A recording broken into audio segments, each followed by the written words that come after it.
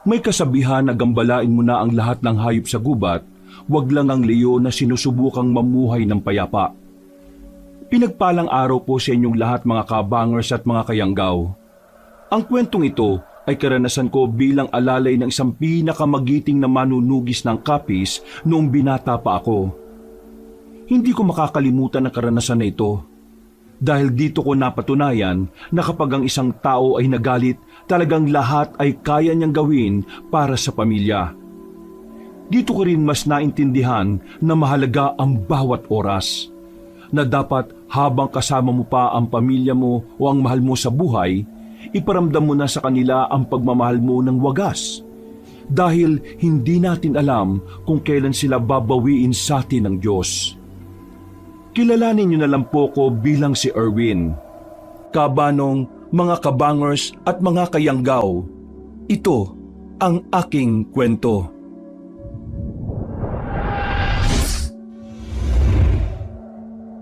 Bago nga pala magsimula ang ating kwento, sana'y mapindot niyo muna ang subscribe button at ang notification bell para lagi kayong nanonotify pag may bago tayong mga kwento.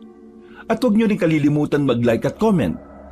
Napakalaking tulong po ito sa ating channel para mas makapagatid pa kami sa inyo ng mga magaganda at mga nakakapangilabot na mga kwento. At ngayon, sa ating pagpapatuloy.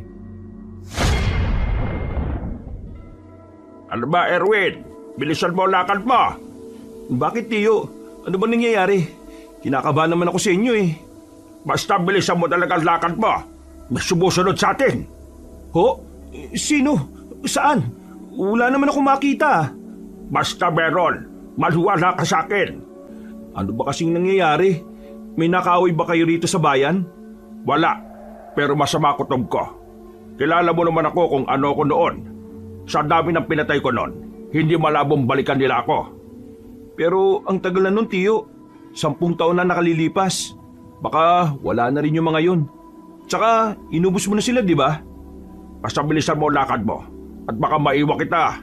Kaya bilis-bilisan mo. Ito na nga po. Teka, dito ka lang. Wala na po ba sila? Dito ka nga lang muna. Ang kulit mo naman eh. Nanatili ako sa kinatatayuan ko, Kabanong. Dumampot ng 2x2 si Tiyo sa gilid. Habang nasa iskinita kami noon, hindi ko maiwasang hindi rin kabahan. Kilala ko si Tiyo. Alam kong kapag sinabi niya, totoo. Hindi niya ugaling manakot o gumawa lang ng kwento para mang-trip. Mga ilang sandali lang, biglang may lumabas na 2 lalaki sa likuran niya. Pagharap ni Tiyo ay agad niyang hinampas ang 2 yon. Nakailag ang 2 lalaki at nang makita ni Tiyo ang mukha ng mga yon, napatigil siya at napamura na lang. Binitiwan niya ang hawak na 2x2. Lumapit na rin ako sa kanila nang mapansin kong hindi naman pala sila magkakaaway. Kayo ba yung sumusunod sa akin? Oo, kami nga. Kanina ka pa namin sinusundan eh. Ang bilis mong maglakad. Eh, pambihira naman. Pinakaban niyo ako eh. Alam niyo bang nasa isip ko eh, patayin ko na kayo sa oras na makita ko kayo? Tapos kayo pala yan? Kung may kailangan kayo sabihin, pwede niyo naman akong lapitan na lang ng pasimple. Hindi yung susundan niyo ako para bang mga tauhan kayo ng masasamang grupo eh. Pasensya na. Nag-iingat din kami para sa kaligtasan mo. Kaya hindi kami basta-basta lumalapit sa iyo, Mang Teban. Tiyo, kilala mo sila? Oo. Etong 2 to eh, estudyante ko dati sa Dimasalang. 10 taon lang itong 2 to nung umalis ako ron. Ngayon eh, malalaking tao na. Buti nga't hindi mo kami nakalimutan eh. Nakilala mo pa rin kami. Abay, hindi ko makakalimutan ang mukhang yan. Kayo ang pinakapasaway sa estudyante ko noon. Kaya tumatak sa akin yung mga mukha ninyo. Mang Teban, kumusta naman po yung buhay nyo ngayon? Eh, heto. Nasa maayos naman akong kalagayan. Masaya naman kaming magpamilya. Yung 2 kong anak, magtatapos na sa kolehiyo. Yung 2 naman eh, tutungtong na sa high school, ngayong pasukan. Ay, siya nga pala. Eto si Erwin, pamangking ko. Palagi kong kasama yan dahil sa bahay lang din naman namin siya nakatira. Magandang hapon sa inyong 2. Kinagagala ko kayo makilala. Badang ang pangalan ko. Ito naman si Wilberto. Estudyante kayo ni Tiyo sa pagiging manunugis, tama? Oo, ganun na nga. Alam nyo, kaarawan ng bunso ko ngayon eh. Tingnan nyo, meron kaming biniling cake at pansit. Nagpaluto rin kami ng iba pang handa sa bahay. May ginagawa ba kayo ngayon? Gusto nyo, sumama na kayo sa bahay, kain tayo. Nagkatinginan ng dalawang lalaki, Kabanong. Nawala sa mukha nila ang ngiti na kanina lang ay kitang-kita namin. Nagtaka naman si Tiyo. Bigla ring sumeryosong mukha niya dahil sa reaksyon ng dalawa. Oh, bakit? Anong problema? Meron ba? Ang totoo, kaya ka namin sinusundan. Kasi meron kaming mahalagang bagay na gustong sabihin sa iyo eh. Mang Teban, sana bumalik ka na sa samahan. Kailangan ka ng mga bagong henerasyon ng manunugis eh. At yan ang dahilan kung bakit nyo ako sinusundan. Ang pabalikin ako sa trabahong inalisan ko na 10 taon na nakakalipas. Alam kong hindi maganda na ito kagad ang bungad namin sa iyo. Pero ayaw naming magsayang ng oras eh. Bawat minutong lumilipas, nalalagay sa panganib ang samahan. Mas lumalaki ang tsansa na malagay sa peligro ang buhay ng maraming tao. Diretsuhin nyo na nga ako. Ano ba pinagsasasabi nyo? Nakatanggap kami kasi ng report mula sa konseho. May mga namataan na aswang sa South. At hindi lang sila basta mga aswang ah. Nakumpirma ng ibang grupo na ang mga aswang na yun kasama sa naging labanan sa bundok 10 taon ang nakakalipas. Ibig sabihin, hindi nyo naubos yung mga aswang na yun. May ilang nakatakas. At ang mga nakatakas na yun ay may balak na bumalik. Naghahanda na sila, Mang Teban. Aba, imposible yung sinasabi ninyo. Sinigurado namin no na talagang naubos na namin silang lahat eh. Pagkatapos ng labanan sa bundok, sinuyod pa namin yung buong gubat. Ang mga abandonadong baryo, pati na rin yung South, pinuntahan namin. Wala na kami nakita mga aswang eh. Kaya hindi ako maniniwala na meron silang namataan na aswang sa South. Ako mismo magpapatunay na natalo namin silang lahat. Kung sino man yung mga taga-konseho na nagsabi sa inyo, gusto lang nilang pabalikin ako. Wala nang iba pang dahilan. Lihitimo ang impormasyong nakuha namin. Kami mismo. Nakumpirma namin nung nagpunta kami ng South. Pero kami nakita mga bakas ng aswang. Nakita nyo ng pisikal na may nabubuhay pang aswang? Hindi. Pero may mga palatandaan kami at mga bakas sa kanila. Hanggat hindi kayo nakakapagbigay sa akin ng matibay na ebidensya na meron pang aswang, hindi ako maniniwala. Pasensya na ah. Pero sinayang nyo lang yung oras nyo. Hindi na ako babalik sa samahan. Kaya ako nga sila inubos nun eh. Kasi gusto ko na pagkatapos maituon ko na ang buhay ko sa pamilya ko. Ngayon, masaya na ako. Namumuhay kami ng tahimik. Nasusubaybayan ko lahat ng magagandang pangyayari sa buhay ng mga anak ko. Kaya hindi na ako babalik sa trabaho na iniwan ko matagal na. Pero Mang Teban, wala kaming pinuno. Wala kaming sinusundan. Wala kaming gabay. Ikaw lang yun kung sakaling babalik ka. Kailangan ka namin. Hindi nyo ko naiintindihan dahil mga bagito pa kayo. Kapag matagal na kayo sa ganyang trabaho at nagawa nyo na lahat ng dapat, darating kayo sa punto na gugustuhin nyo lang na mamahinga sa katahimikan kasama mga mahal ninyo sa buhay. Sa ngayon hindi nyo pa yan mararamdaman. Kasi masaya pa kayo sa ginagawa nyo eh. Hindi ka ba naging masaya sa ginagawa mo noon?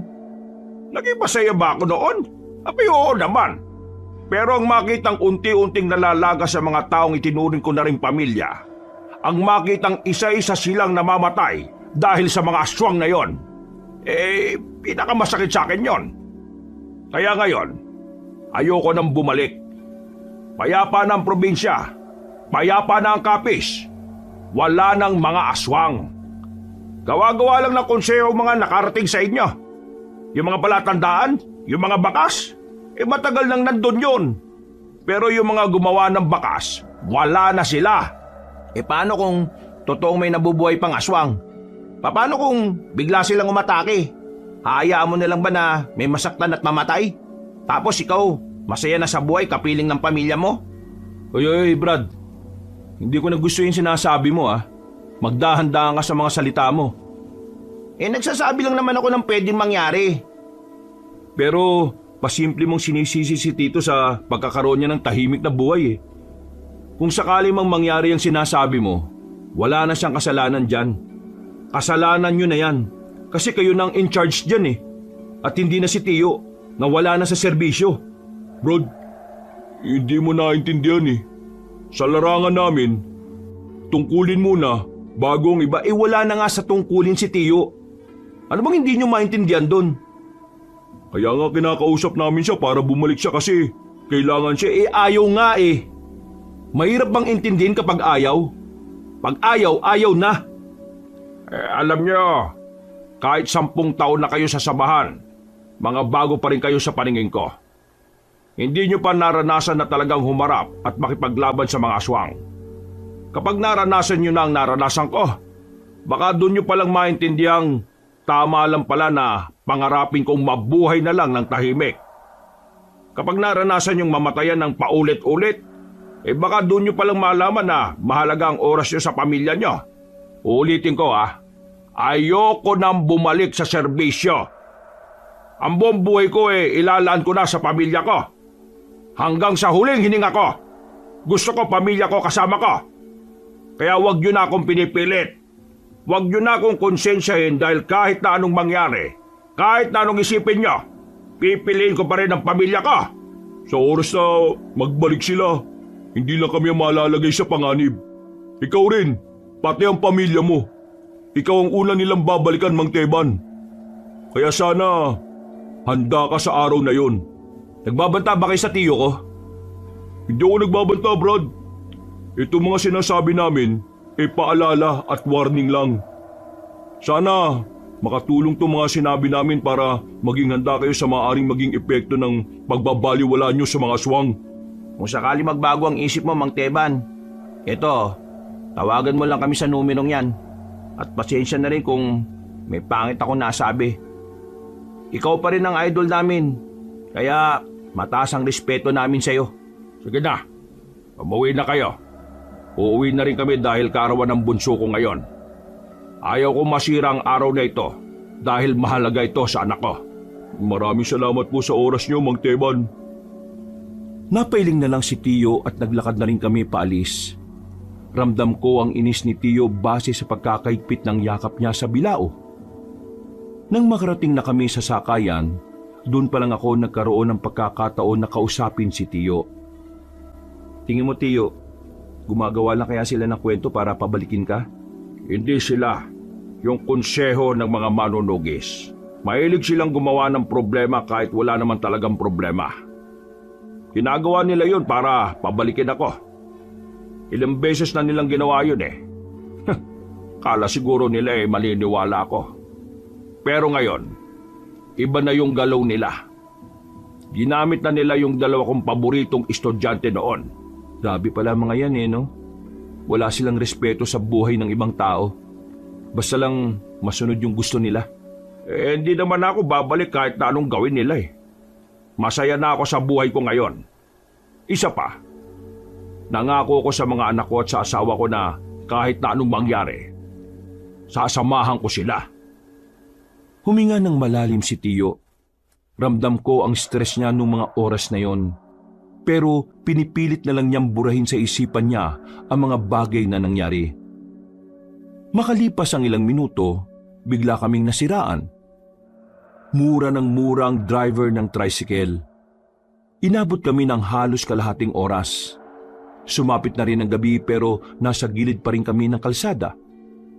Mabuti na lang, merong napadaang kakilala ng driver. Tinulungan ng maayos ang tricycle kaya nakaalis rin kami. Dakong 7:00 na nang makarating na kami sa baryo namin. Tahimik at payapa sa lugar na yon. Kakaunti pa lang din kasi ang nakatira doon. Tapos magkakalayo rin ang mga bahay. Nako, magugustuhan to ni Bunso. Nung nakarampa gusto na niyang tumikim ng cake Ang sabi ko, hintayin na lang niya yung birthday niya. Hindi makapaghintay yung loko Alam niyo ba na kinukulit din ako noon? Nabigyan ko siya ng pera para makabili daw siya ng cake. Sabi ko, wala naman akong pera kasi nag-aaral pa rin ako. Ang kulit eh. Yan talagang bunso ko, oh. Kahit 15 anyos na akala mo baby pa rin eh. Hindi ko naman yun matanggihan kasi nung nasa serbisyo pa ako, hindi ko siya madalas makasama. At baby pa kasi siya noon. Ngayon na ako nakakabawi sa kanya eh. Swerte nga po ng mga pinsan ko sa inyo eh. Ang buti niyong ama. Swerte ako sa kanila. Sila ang lakas ko eh. Oh, nandito na pala tayo. Mula sa gate, may ilang metro na daan papunta sa pinakabakuran at napangiti pa si Tio sa sobrang pagkasabik. Iniisip namin kung ano ang magiging reaksyon ng bunso niyang anak. Pagdating namin sa bakuran, nakita naming nakabagsak ang kaldero sa lapag. Tahimik din ang loob ng bahay. Himalang walang tao sa labas. Naabutan din namin ang naiwang pinapakulong baboy sa salangan. Mayroong napansin si Tio sa lapag. Pagtingin namin, dugo. Dugo yun ng tao. Nagmamadali kaming pumasok ng bahay. Sa sala pa lang, tumambad na sa amin ang hindi katanggap-tanggap na senaryo. Nagkakalat ang dugo sa lapag. May mga talsik din sa pader. Unang nakita namin, yung bunso niya. Hawak-hawak pa ng pinsan ko ang regalo na mula sa nanay nila. Kaunting lakad lang, nakita naman namin si Lola. Dinamay rin siya kahit na hindi na siya nakakabangon. Hinanap namin sila Tia. Nakita namin si Tia sa banyo, nakasubsob sa sulok at wala na rin buhay. Merong butas sa liig at maraming hiwa sa katawan. Yung 3 anak pa ni Tio ay nakita naman namin sa iisang kwarto. Wasak ang pintuan doon. Yung 2 nakahandusay sa lapag, naliligo sa sariling dugo. Yung panganay na babae, nasa kama. Marami ding hiwa sa katawan. Merong malalim na hiwa sa leeg. Hindi. Hindi. Hindi ito totoo. Palaginip lang to. Palaginip lang to. Pinilit kong kumbinsihin ang sarili ko na ang mga nakita namin ay panaginip lang. Pero sa tuwing ididilat ko ang mga mata ko, yun at yun pa rin ang nakikita namin. Ang dating masaya at masiglang bahay, tila naging impyerno. Naging imahe ng karahasan at kamatayan. Napaupo na lang si Tio sa gilid. Aligaga ang mga mata niya. Hindi mapakali ang kamay niya. Para siyang mababaliw. Para siyang masisiraan ng ulo dahil sa sabay-sabay na pagpatay sa pamilya niya. Nung mga oras na yon, kabanong, kahit papaano ay nakakapag-isip pa ako ng maayos. Kaya agad kong tinawagan ng barangay. Dumating sila matapos ang ilang minuto. Kasunod naman noon ang mga pulis. Galing po kami sa bayan. Bumili lang kami ng cake at pansit. Pag-uwi namin kanina, eto na yung inabutan namin. Kaaway? Wala namang nakaaway si Tio. Mabuti siyang tao. Lahat naman ng kalugar natin nakakasundo niya. Kaya hindi ko talaga alam kung sino ang pwedeng gumawa ng karumal-dumal na to. Ang daming pinagtatatanong ng pulis. Pero ilan sa mga yon ay hindi ko na rin kinayang sagutin. Wala kasi talaga akong ideya kung ano ang tunay na nangyari. Kung sino ang mga salarin.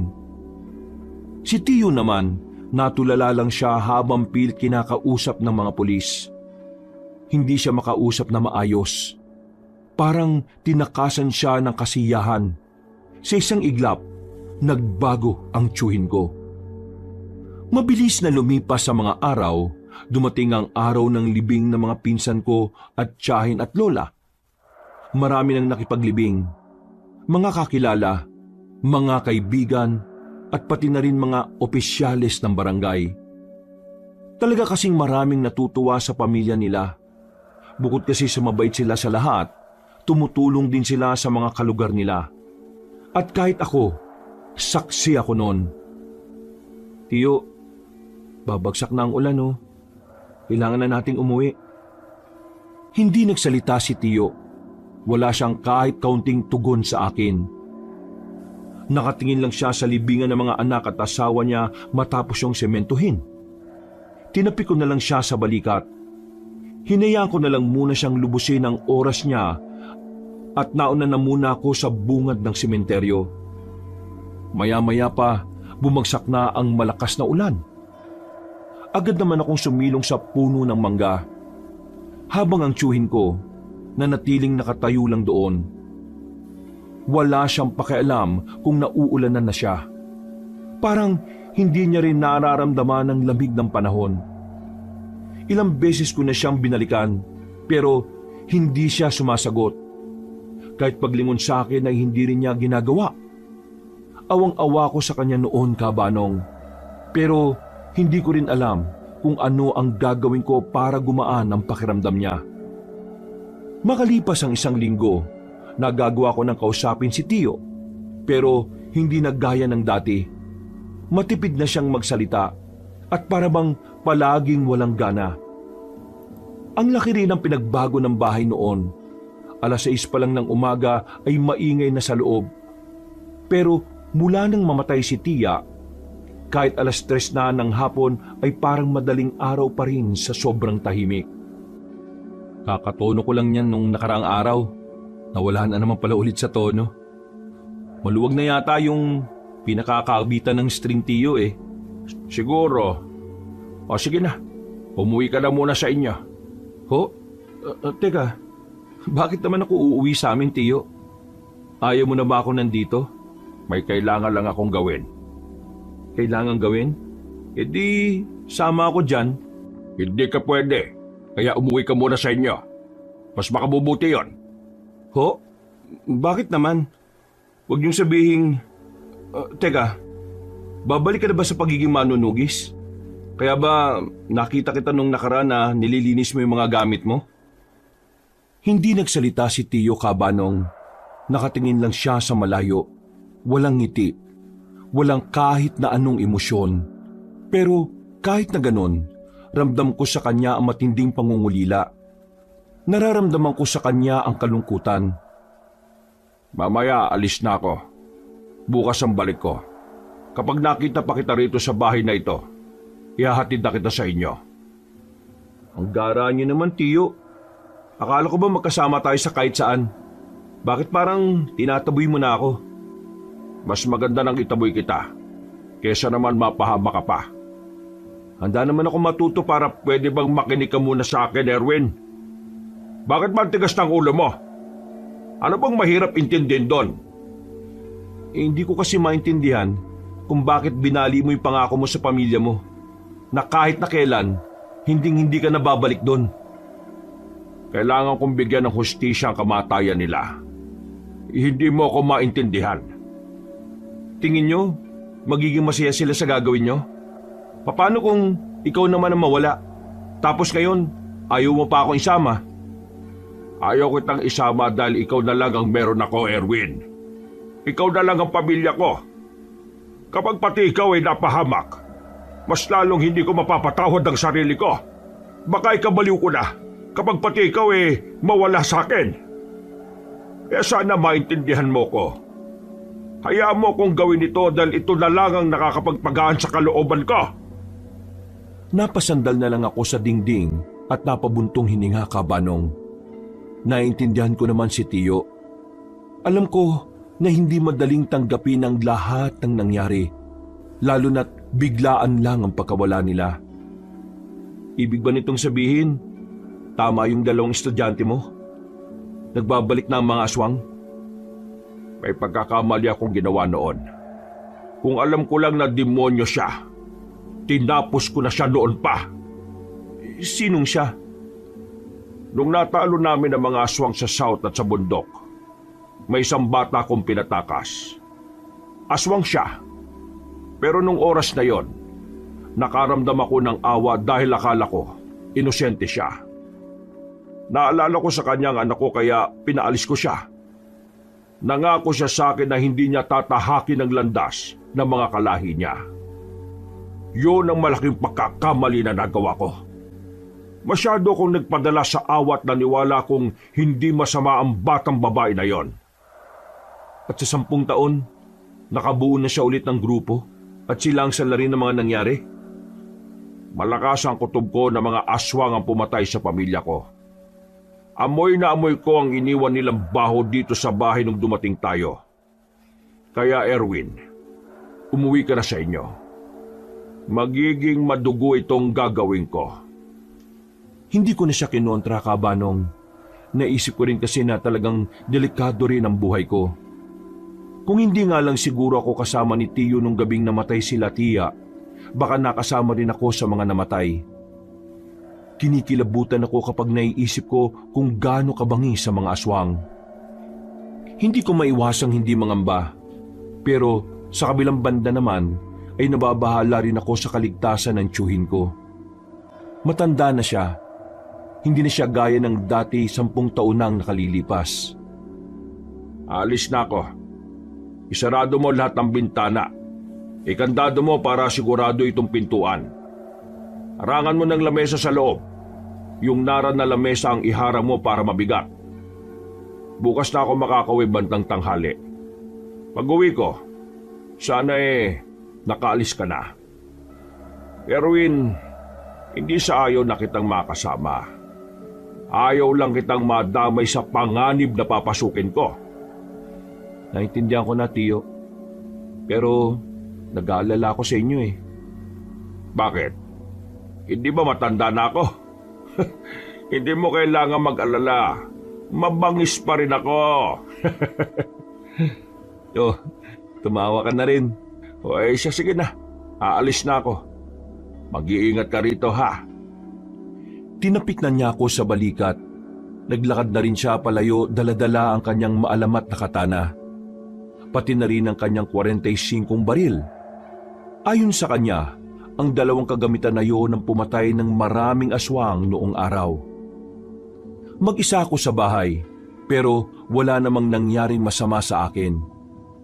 Kinabukasan, naganda na rin ako sa pag-alis ko. Nag-iwan na lang ako ng sulat sa bahay dahil hindi na magpapang-abot ang oras namin. Nang nasa bayan na ako, medyo nahirapan akong sumakay.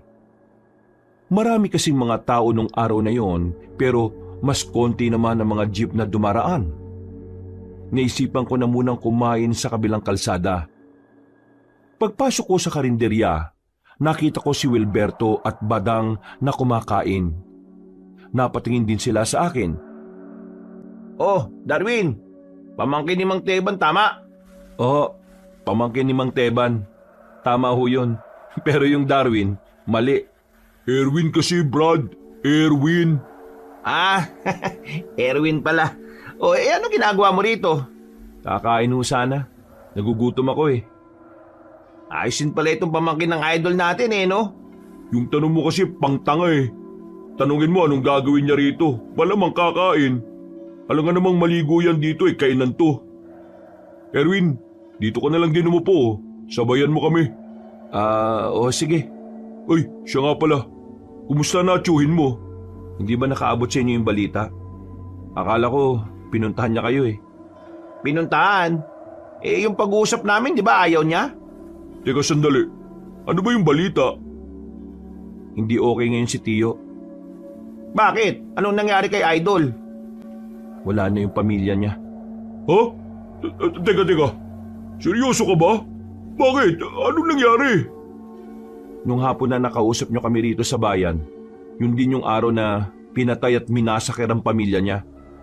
Pag-uwi namin sa bahay, patay yung 4 niyang anak eh. Pati asawa.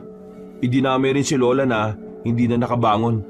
Ba't tarantado gumawa niyan Napakagago Sinong tao gagawa ng kahayupan na yan?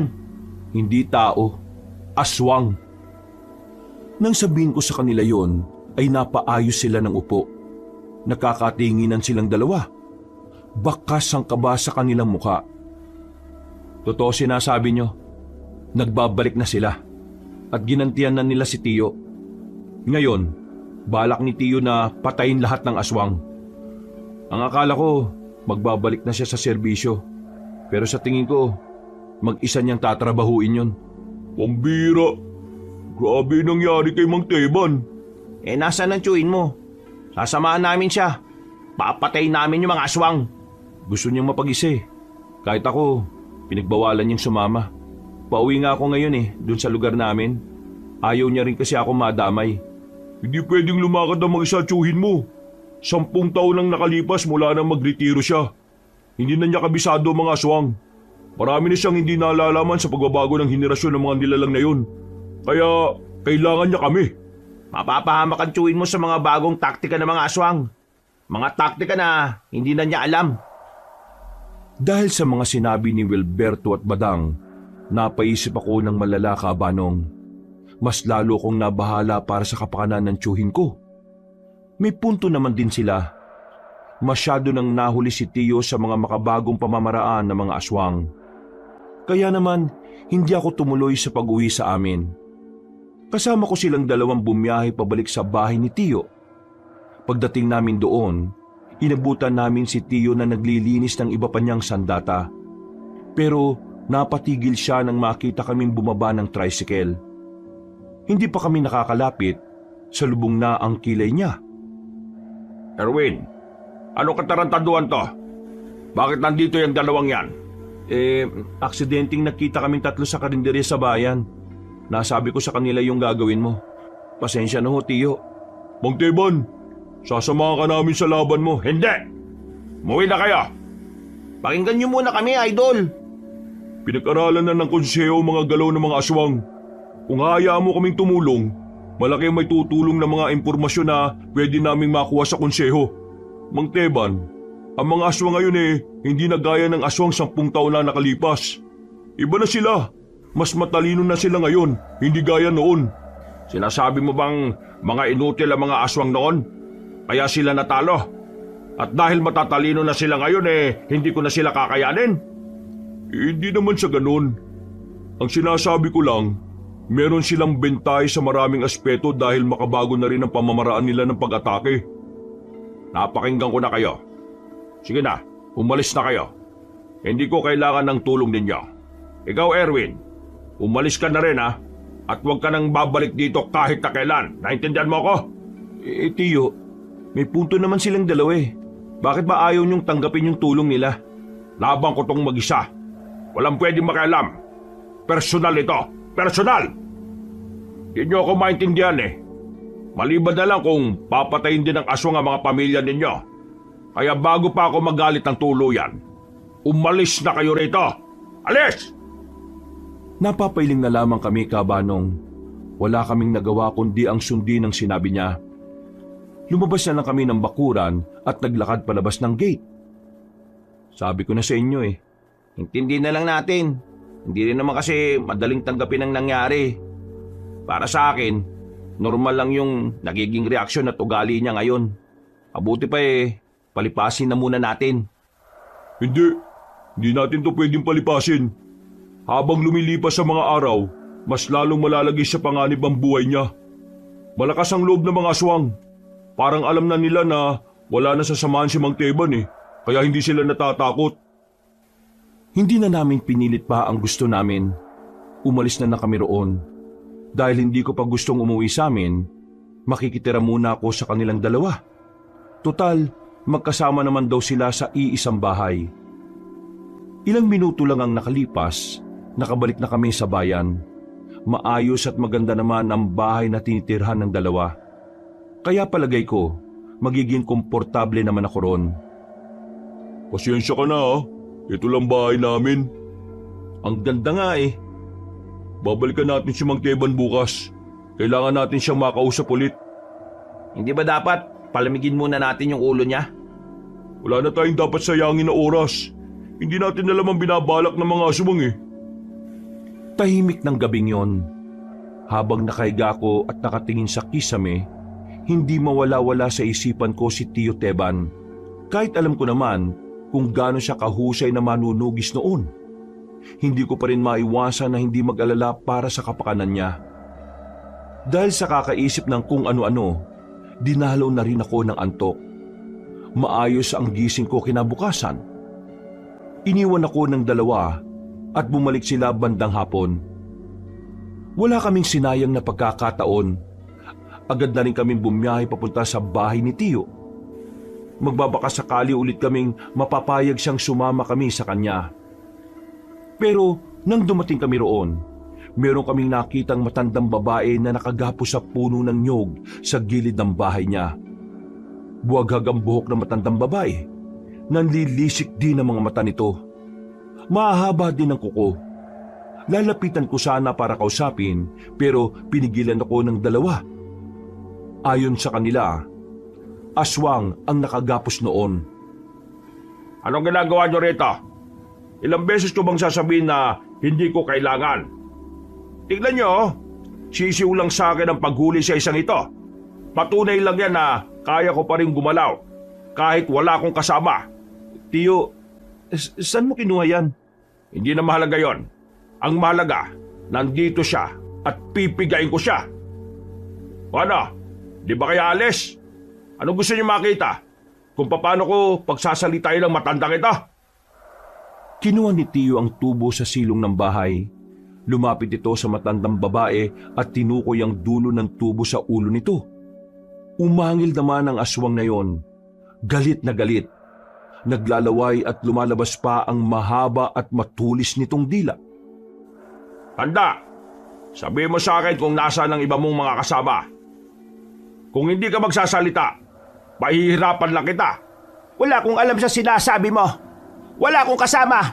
Mag-isa lang ako namumuhay sa gubat. Wala akong kakilala. Hoy, tanda, hindi ako pinanganak kahapon. Para sabihin ko sa iyo, marami na akong pinatay na aswang noon. Kaya hindi na bago sa akin yung mga pinagsasasabi mo. Kung hindi ka magsasabi kung nasaan sila, pahihirapan kita. Kaya ngayon, tatanungin ulit kita. Nasaan ang iba mong mga kasama? Bakit ba ang kulit-kulit mo? Wala nga akong kasama. Ano naman kung marami ka nang napatay na aswang? Anong mapapala mo sa akin wala nga akong alam. Wala kang alam ano yung mga nakita ko sa loob ng bahay mo? May mga larawan kayo. At nandun sa larawan na yon, ang mukha ng batang babae na pinatakas ko noon. Hindi mo ako maloloko. Magsasalita ka o ipatitikim ko sa iyo itong hawak ko. Bahala ka sa buhay mo. Wala akong sasabihin kasi wala akong alam. Ganun ba? Hindi nagdalawang isip si Tiyo. Hinataw niya ng malakas sa matandang babae ng tubo sa muka. Sa lakas ng pagkakapalo niya ay agad na dumugo ang bibig na matanda. Hindi pa nakontento si Tiyo. Nakailang ulit niya pang hinataw ang mukha nito pero hindi pa rin nagsasalita ang matandang aswang. Ngayon, sabihin mo sa akin, nasaan ang iba mong mga kasama? Wala akong kasama. Wala. Wala. Sige, tingnan natin. Subukan naman natin tong isang pamalo. Kinuha naman ni Tiyo ang maso. Pinalo niya ang tuhod ng aswang. Napaangil ng malakas sa matandang babae at pilit kumakawala sa pagkakagapos pero hindi ito nagtagumpay. Tiyo, mukhang wala ka namang mapapala dyan Bakit? Naawa ka ba sa aswang na ito? Kulang pa ito sa ginawa nila sa pamilya ko. Biglang pinalo ulit ni Tiyo ang aswang na yon sa kabilang tuhod. Pero tikom pa rin ang bibig ng aswang.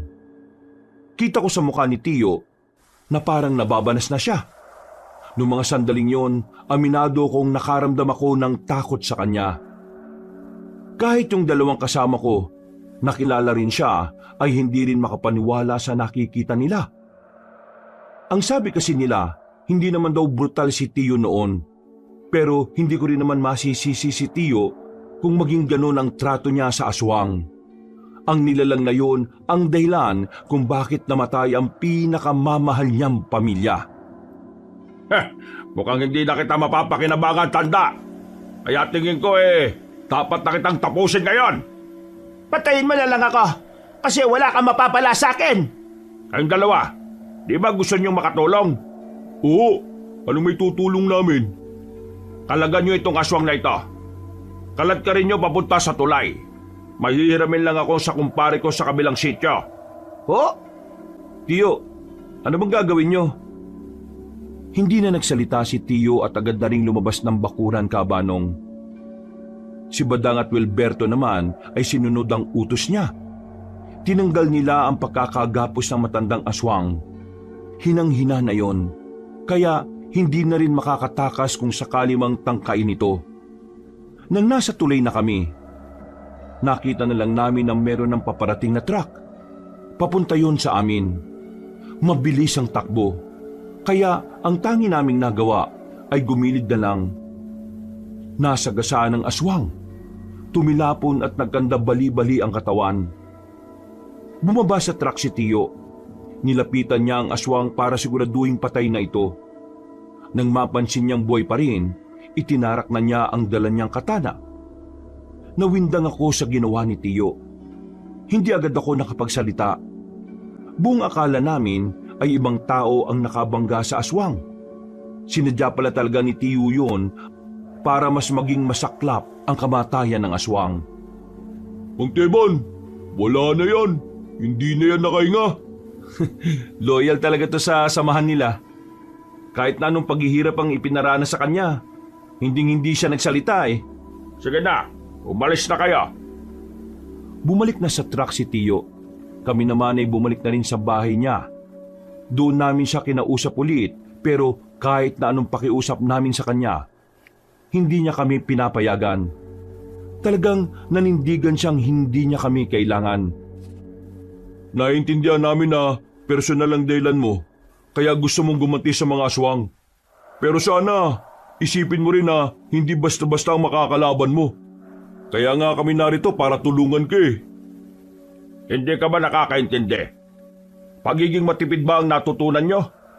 Nung hindi na ako ang naging guru ninyo? Pagiging makitid? Hindi naman pagiging makitid ang pagnanais na makatulong sa dating kasamaan ah. Ikaw ang makitid mag-isip dahil masyado kang emosyonal. Kaya minamasama mo mga nagmamalasakit sa'yo. Ano sinabi mo? Hindi ganyan ang Teban na kilala namin. Hindi ka brutal na tao. Yung Teban na kilala nyo ay matagal nang natapos. Ibang Teban na ang kaharap nyo ngayon. At ang bagong Teban ngayon ay wala nang alam sa bagong henerasyon ng mga aswang. Kaya dapat matuto kang humingi ng tulong. Sino ka ba sa kala mo? Para diktada ka. Bagito pa lang kayo. Tama na yan, Brad. Hayaan mo na siya kung ayaw niya. Hindi pwede. Mapapahamak siya kung wala tayong gagawin. Papahamak? Minamalit mo ba ako? Tio, kalma lang. Hindi naman ganyan na ugali mo eh. Ano bang nangyari sa'yo? Huwag niyo lang akong pakialaman para wala na tayong problema. Papatayin ko ang mga aswang na yon sa paraan na alam ko. Kaya ang gawin nyo, umalis na kayo dahil nakakaabala kayo sa mga gusto kong gawin. Wala kayong magagawa. Marami pa kayong kakainin bigas bago nyo ako mahigitan. Bakit? Ano bang tingin mo sa amin? Mga batang kulang sa kaalaman at karahasan. Kung yan ang tingin mo sa amin, sige, bahala ka sa buhay mo. Kapag napahama ka, sana wala kang sisisihin kundi sarili mo lang ha. Alberto, tara na. Huwag na natin pagsayangan ng oras ang matandang ito. Magaling at perpekto naman yata yung nung ininom niya yung reseta ng gamot na binigay sa kanya ng doktor niya. Alberto, tara na. Huwag na natin pagsayangan ng oras ang matandang to. Magaling at perpekto naman yata siya eh. Kaya na niya sarili niya. Tinakip na lang ako ni Wilberto sa balikat at naglakad na rin sila paalis. Naiwan ako sa harapan ng tiyuhin ko. Tumingin siya sa akin na masama. Kinabahan ako pero nagdesisyon akong samahan siya. Ano ba ginagawa niyo dyan? Sumunod na kayo ron sa dalawa. Hindi, dito lang ako. Isa ka rin eh. Hindi ka rin makaintindi. Umalis ka na nga para matahimik na ang buhay ka. Kahit naiwan kita rito, hindi naman magiging tahimik ang buhay mo eh. Alam mo kung bakit? Kasi puro potyang nandyan sa puso mo. Nagulat ako nang bigla kong hawakan ni Tio sa kwelyo. Tinulak niya ako padikit sa pader. Galit na galit ang tingin niya sa akin. Kinabahan ako noon dahil akala ko sasaktan niya ako. Pero binitiwan niya lang din ako. Umalis ka na. Gusto ko mapag-isa, Erwin. Hindi ako aalis, Tio. Alam kong gusto nila Tiha na bantayan kita. Kaya hindi kita iiwan dito. Hindi ko na alam ang gagawin ko. Ang tumatakbo lang sa isip ko, kailangan kong mapatay ang mga aswang para mapatawad ko ang sarili ko, Erwin. Kaya sige na, Hayaan mo na ako, hinayaan naman kita Tiyo eh. Ang gusto ko lang naman, hayaan mo rin akong samahan ka. Hindi lang ikaw yung nawalan. Nawalan din ako ng pinsan, lola at tiyahin. Masakit din sa akin na nangyaring ito, Tiyo. Sobrang sakit din. Tuwing gabi, palagi kong naalala yung itsura nila nung datnan natin sila rito. Hindi lang naman ikaw ang nahihirapan eh. Ako rin.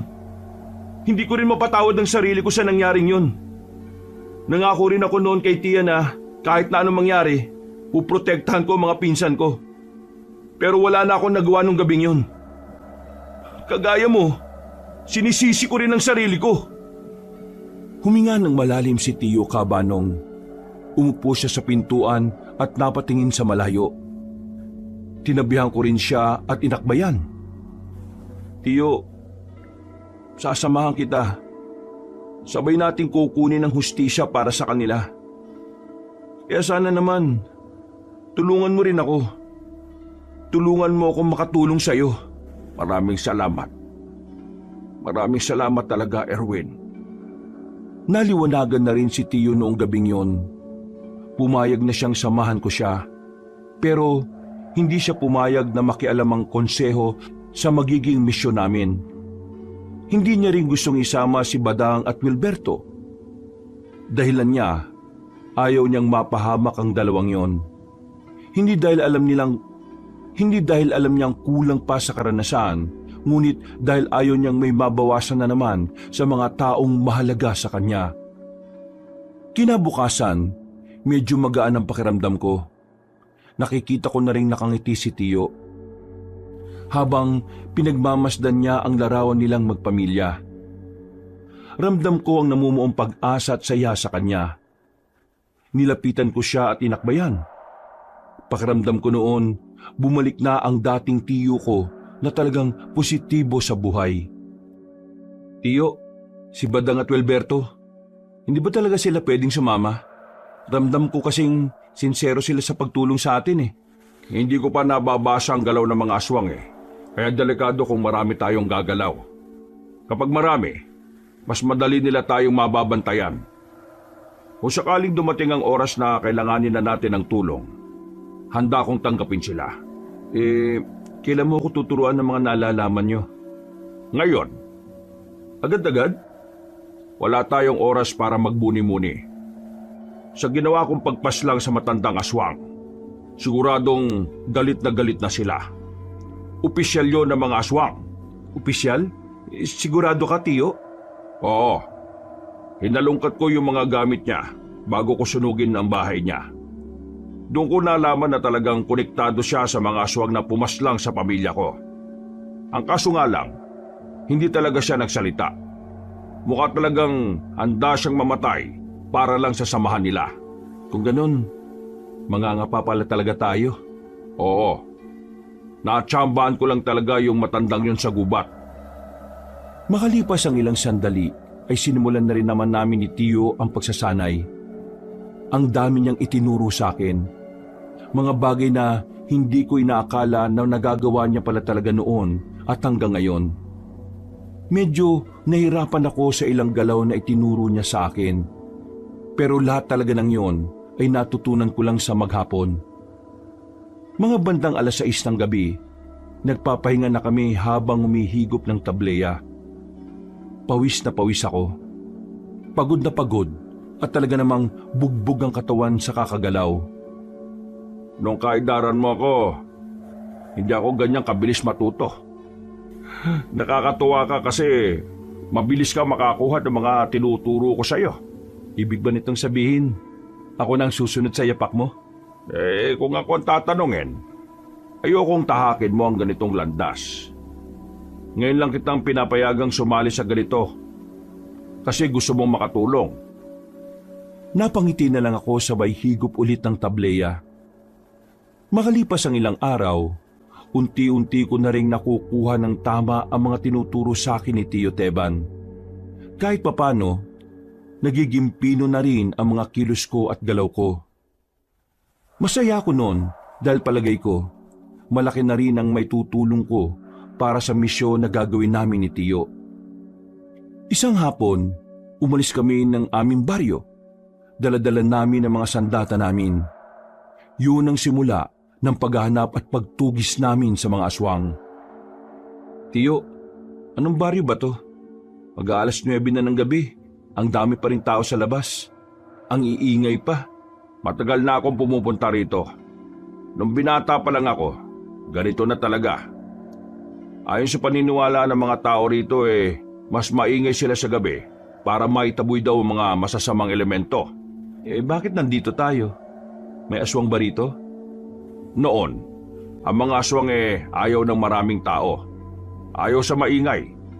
Pero ngayon, malakas ang kutob ko na iba na ang ginagawa nila. Humahalo na sila sa tao para hindi sila maging kahina-hinala. Ang tingin ko, ito ang perpektong lugar para magpanggap sila. Pumasok na kami ni Tiyo sa baryo. May mga sumalubong sa amin para painumin ng alak. Pero tinanggihan lang namin para makaiwas sa tinatawag na yanggaw. Pumunta na muna kami sa isang bakuran kung saan merong nagbibinggo roon. Umupo kami sa gilid at inilabas ang sarili naming pagkain. Pinagmamasdan lang namin ng mga tao. Nagmamasid kami sa paligid. Maging alerto ka ha. Baka isa sa mga taong nakikita natin ngayon mga aswang na. Wala ba tayo nung langis na sinasabi mo dati na nakakatukoy ng aswang? Ginamit ko yon nung bago ko mahuli matandang aswang. Pero hindi na yun tumatalab ngayon sa kanila. Ibig sabihin, yung mga aswang ngayon, hindi na sila nararamdaman ng langis. Kaya mano-mano natin silang uobserbahan ngayon. Habang kumakain kami ni Tiyo, napansin ko ang isang lalaki na nakatingin sa akin. Itinuro ko sa kanya yon. Tumigil kami sa pagkain. Nang mapansin din ng lalaki na nakatingin ako sa kanya, bigla na lang siyang naglakad paalis. Nagmamadali naming sinundan ng lalaking yon. Inihanda na rin namin ang aming sarili.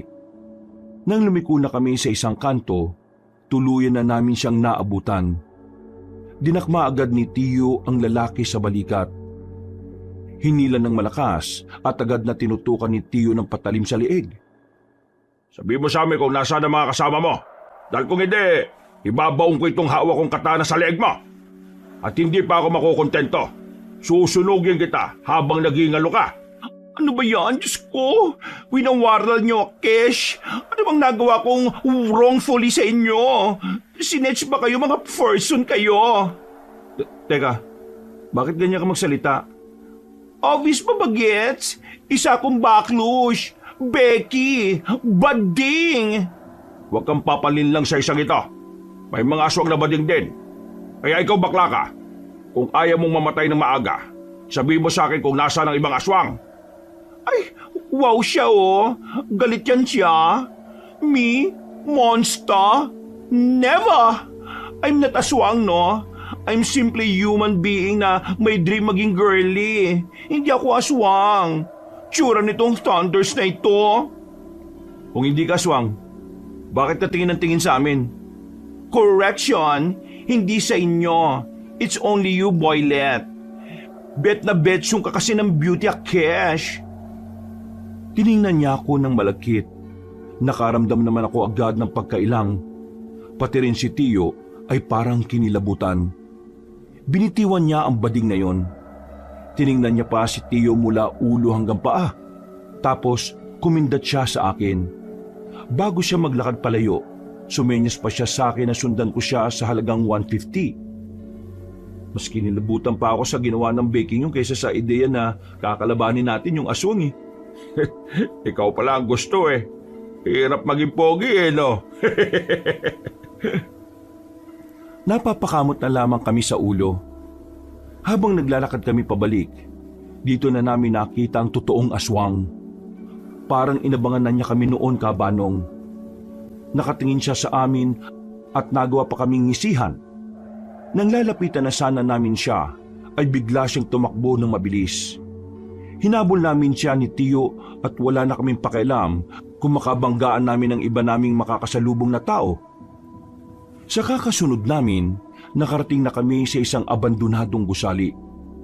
Madilim na roon at tanging ang kakaunting liwanag lang mula sa buwan ang nagsisilbing ilaw. Hindi na muna kami umabante. Sinuyod muna namin ang tingin ng buong paligid. Tiningnan ng likuran ng mga nakatambak na lumang gulong. Erwin, ganda mo sarili mo. May nararamdaman ako rito. Isa lang yun. Kayang-kaya natin yung tiyo. Hindi sila nag-iisa. Marami sila. Nang sabihin ni Tiyo ang bagay na yon, ay agad na dumaloy ang kaba sa aking kalooban. Parang biglang naglaho ang inipon kong tapang. Malakas ang loob mong hanapin kami. Ha! Hinahanga mo ko. Teka, Teban ba pangalan mo? Tama ba ko? Huwag kang umasta na parang ikaw ang pinuno ng mga salot na yan. Hindi mo ako maangasan. Ang mabuti pa, umalis ka na sa bubungan na yan. Bumaba ka rito at kalabanin mo ko kung talagang malakas ka. Ha! Yung sinasabi mo kasi ay lumang tugtugin na yan. Hindi na tanga mga aswang para magsayang ng oras sa sitwasyon na hindi kasama sa mga plano. Bakit ka magalit na galit? Kasi nalagas nga pala ang pamilya mo. Naalala ko na kung papaanong magbakawang nanay mong hindi na makabangon. Pati na rin yung asawa mong iyak ng iyak. Lumuhod pa nga sila nun eh. Ang kaso, hindi naawa yung pinuno namin. Kaya yun, pasensya na ha. Kasama ka pala sa mga pumaslang sa pamilya ko. Pwes, hindi mo na ako pahihirapan sa paghahanap sa'yo. Papatayin na kita ngayon. Ang kaso nga lang, wala akong panahon para lumaban sa'yo.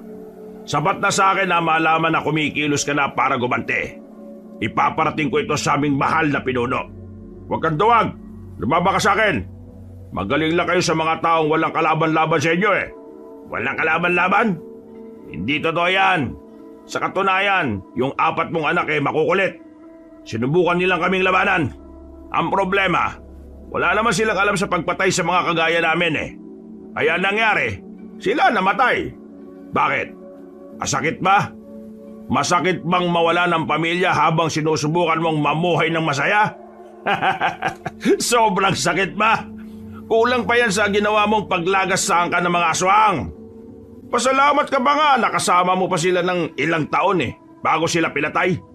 Tiyo, huwag kang makikinig sa kanya. Sinisira lang niya yung kaisipan mo para mawala ka sa focus. Totoo naman ang sinasabi ko ah. Masakit talaga mawala ng mahal sa buhay. Kaya naiintindihan ko kung bakit ka nagagalit, Teban. Pero, inalulungkot kong sabihin sa'yo, hindi ngayon ang tamang pagkakataon para makaganti ka sa akin. Pero bilang pagpalubag loob, iiwan ko ang mga bata ko para kalabanin ka. Sila na lang ang pagbuntungan mo sa ngayon. Ayos na rin yan. Hindi na masama. Aswang din naman ang mga yan eh. Huwag kang umatras, huwag! Bye-bye! Magkikita pa naman tayo ulit eh. Hanggang sa susunod! Umalis na ang matandang lalaki, Kabanong. Saka naman kami pinalibutan ng mga aswang. Kitang-kita ko sa mukha ni Tiyo ang labis na galit. Tumataas na naman ang emosyon niya. Mga ilang sandali pa, sabay-sabay nang lumapit ang mga aswang. Hindi nagpatinag si Tiyo. Nilapitan niya rin ang mga yon. Namangha ako sa kung paano niya hinarap ang halos 6 na aswang, habang ako naman ay isa lang ang kaharap ko. Wisit kang aswang ka? Ganyan pala mukha mo? Agad kong hinagupit ng itak ang aswang na yon, pero nakailag siya at sumampa sa mga nakatambak na gulong. Kumuha naman ako ng bote sa gilid at binato ko sa pagbumukha niya. Nang tamaan siya, ay mas lalo siyang nanggigil sa akin. Nagmamadali niya akong inatake. Makailang ulit niya akong tinangkang kalmutin. Pero buti na lang ay alam ko kung paano iiwasan ang mga atake niya. Nang makakuha ko ng tamang pagkakataon, mabilis ko siyang tinaga. Tinamaan na siya sa hita. Dahilan para bumagal ang galaw niya. Dahil doon, mas lalo akong nagkaroon ng lakas ng loob. Mabilis kong pinagtatataga ang aswang. Hanggang sa tuluyan na nga siyang mapahiga at malagutan ng hininga. Tiyo, ayos ka lang? Hindi niya ako sinagot. Napatingin na lang ako sa mga aswang na nakahandusay sa harapan ko. Nandilisik ang mga mata ni Tiyo at kahit meron siyang mga tama, parang hindi niya yun nararamdaman. Pinatay niya ang 6 na aswang na walang kahirap-hirap. Hindi lang niya basta pinaslang. Nilasog-lasog niya pa ang katawan ng mga yon. Papatayin ko silang lahat. Pinapangako ko, uubusin ko silang lahat. Ipapasilip ko sa kanila ang impyerno. Galit na galit si Tiyo. Hindi ko siya magawang hawakan noon dahil parang nag-iba na naman siya. Pero maya-maya lang, nagawa rin naman niyang kumalma. Agad ni rin naming iniwan ang lugar na yon. Bago namin lisanin ang baryo, rumonda pa kami pero wala na kaming nakita pang aswang. Ang tanging inabutan na lang namin ay ang bahay na pansamantalang tinirhan ng mga yon. Pasensya ka na kanina. Hindi ko na naman nakontrol ang sarili ko. Nagpadala na naman ako sa emosyon ko. Naiintindihan naman kita, Tiyo. Malamang sa malamang, pinaghahandaan na rin nila ako. Kaya nga kailangan natin magdoble ingat eh. Kanina, madali lang nating natalo yung mga aswang. Pero malakas ang kutob ko na higit pa sa mga aswang na yun ang makakalaban natin sa susunod. Madaling araw na makabalik na kami sa bahay. Matapos malinis ang mga sugat ni Tiyo, nagpahinga na muna kami sandali sa bakuran. Naalala mo pa ba nung maliit kayo ng mga anak ko? Palagi niyong pinakikialaman ang mga gamit ko noon. Ikaw yung palaging nagpapasimuno eh. Hindi ko alam na sinyales na pala yun na ikaw ang makakasama ko sa laban na ito. Sa totoo lang, Tiyo, gusto ko rin talaga yung ginagawa mo, bata pa lang ako. Wala nang malaman ko yun kay Papa. Sinabi ko kagad sa sarili ko na gusto ko rin subukan ang larangan na pinasukan mo. Kaya palagi ako nandito eh. Pero Erwin, ang ganitong buhay ay hindi mo dapat pangarapin. Palaging delikado at palaging nasa panganib ang mga mahal mo sa buhay. Tingnan mo nangyari sa akin. Nadamay ang pamilya ko dahil sa pagiging manunugis ko. Tuwing bago ako matulog, palagi kong sinasabi sa sarili ko, kung sana hindi ako naging kampante. Kung sana hindi ko kinalimutan ang tungkulin ko. Di sana buhay pa sana sila ngayon. Hindi niyo naman kasalanan na ginusto niyong mamuhay ng tahimik eh. Ang tunay na may kasalanan ng lahat ng ito ay ang mga aswang at wala nang iba pa. Nagkataon lang talaga na sinamantala nila yung pananahimik niyo, Tiyo. Hindi kasalanan na gustuhing bigyan ng mapayapang buhay ang mga mahal niyo. Maraming salamat, Erwin. Siguro kung wala ka, wala na rin ako sa katinoan. Ngumiti na lang ako sa kanya, Kabanong. Makalipas ang ilang araw, nagkaroon kami ng impormasyon kung saan nagtatago ang matandang lalaki. Nalaman na rin naming Doming pala ang pangalan niya. May-ari daw ng babuyan sa isang lugar sa bayan. Hindi ko inakala na mga aswang pala ay nagninegosyo rin pala. Ayon kay Tiyo, ginagamit lang nila ang mga ganoong gawain para pagtakpan ang pagiging aswang nila. Bumiyahe kagad kami pagsapit ng gabi. Pagdating namin sa bayan, pinuntahan namin ang eksaktong lugar kung saan nakatirik ang babuyan ni Mang Domeng. Sa malayo pa lang, naamoy na ni Tiyo ang amoy ng aswang. Kaya naman, hinanda na rin namin ang aming mga sarili. Kakaliwa tayo. Kapag may nakita tayong ibang aswang, lalagpasan lang natin ha. Bakay natin ay si Domeng. Siya ang una nating lalapitan. Meron akong daladalang pampatulog ng aswang dito. Kapag naituro ko to sa kanya, kukunin natin siya at dadalhin. Susubukan natin siyang pagsalitain. Kung sakali namang walang aswang na iba sa paligid, sa bahay niya mismo natin siya igagapos. Sige, Tiyo. Naintindihan ko po. Maingat kaming lumapit sa babuyan. Sa likod nun, merong bahay na katamtaman lang naman ang laki.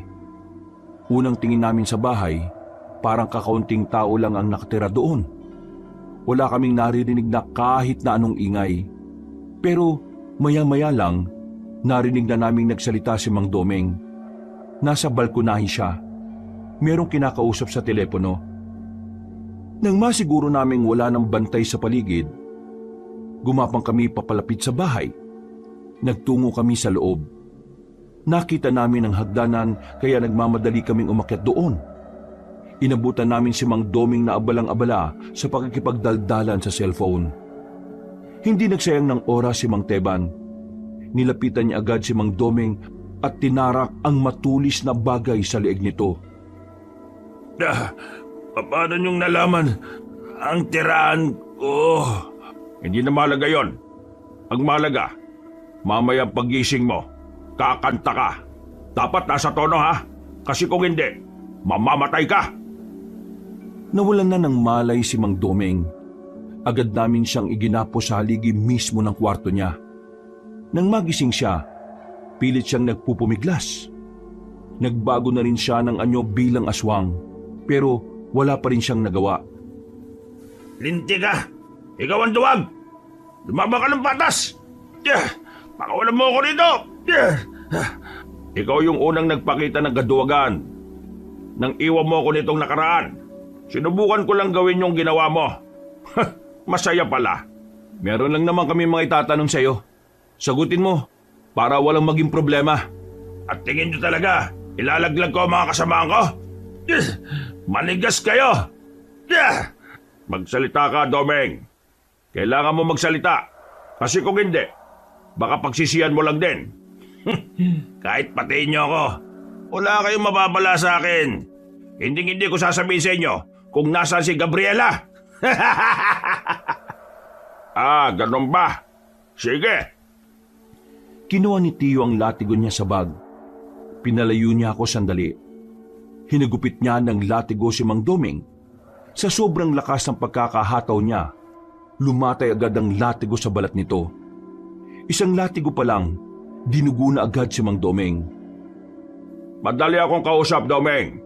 Kung sasabihin mo sa akin ang kailangan ko, pwede pa kitang hayaang mabuhay. Hindi naman ako kagaya nyo ng mga siraulo.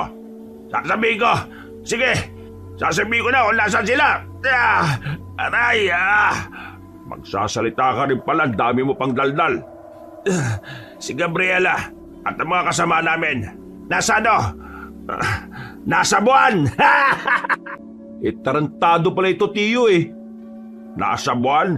Sige, nasa buwan! May kinuha ulit si Tio sa bag niya. Maliit na garapo na may laman na likido na kakulay ng suka. Ibinuhos ni Tio sa hita ni Mang Doming. Nang maramdaman niya ang hapdi, sigaw siya ng sigaw. Halos mapatid ang ugat niya sa leeg sa sobrang hapdi. Hindi pa nakontento si Tio. Binuhusan niya rin si Mang Doming sa bandang ari nito. Aray, tama na! Hindi ko na kaya, aray! Hindi mo na kaya? Hindi mo na pala kaya eh. E di magsalita ka na. Nasa San Lazaro sila. Aray! Saan yung San Lazaro na yan? E di, sa buwan pa rin! Nasa buwan si Gabriela tumatae! Napapikit na si Tio Teban sa sobrang inis. Pinipilit niyang ikalma ang sarili niya. Hindi kasi namin pwedeng paslangin kagad si Mang Doming. Malakas ang pakiramdam namin na marami siyang nalalaman. Domeng, kung hindi ka magsasalita, mapipilitan akong gamitin sa iyo ang kahinaan mo. Kaya kung ako sa iyo makisama ka na lang.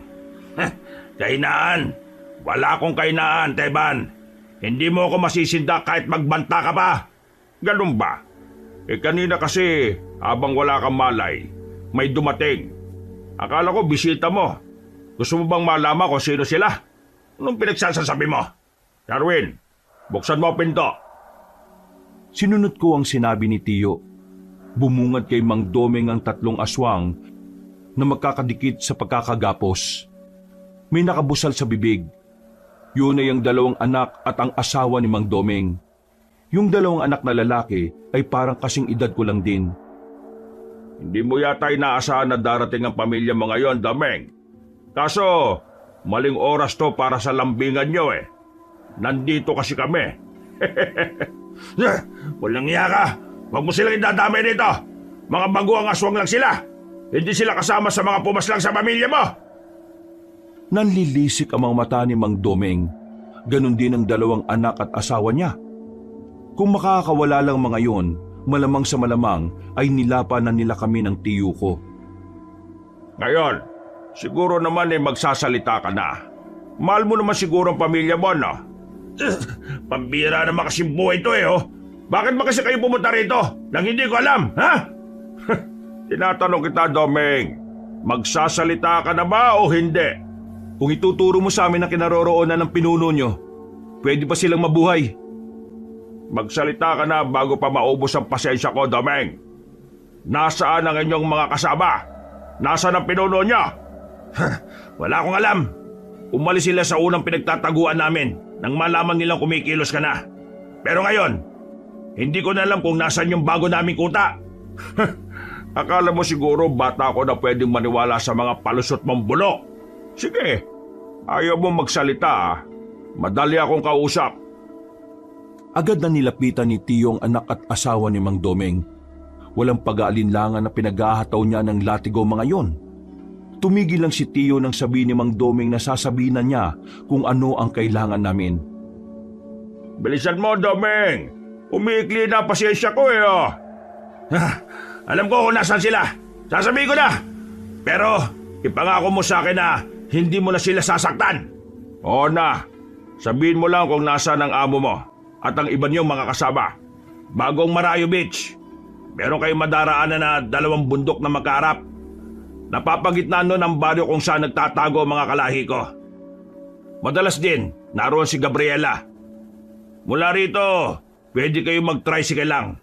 Tapos bumaba kayo sa dating terminal. Yung abandonadong terminal, malapit sa Makabebe. Kaunting lakad lang, meron na kayo makikitang tulay. Sa ilalim ng tulay, merong lagusan papunta sa gubat kung saan matatanaw nyo na yung 2 bundok na sinasabi ko. Madali nyo nang mahanap ang baryo, basta tumbukin nyo lang ng diretsyo. Paano kami makakasiguro na totoo yung sinasabi mo? Tingin mo talaga magsisinungaling pa ako kung sasaktan nyo na yung pamilya ko? Gaano karami mga aswang na naroon? Halos lahat naroon. Pero nababawasan naman yon dahil yung iba, umaalis para maghakot ng mga bagong miyembro. Kung ako sa inyo, hapon kayo pumunta, bandang 3:00. Pero huwag kayong papaabot ng gabi. Sa gabi bumabalik ng iba namin mga kasamahan. Kung sa hapon, kakaunti lang ang mga aswang sa baryo namin. Meron kayong makikitang malaking ribulto sa bungad ng baryo. Huwag kayong dadaan sa diretsyo.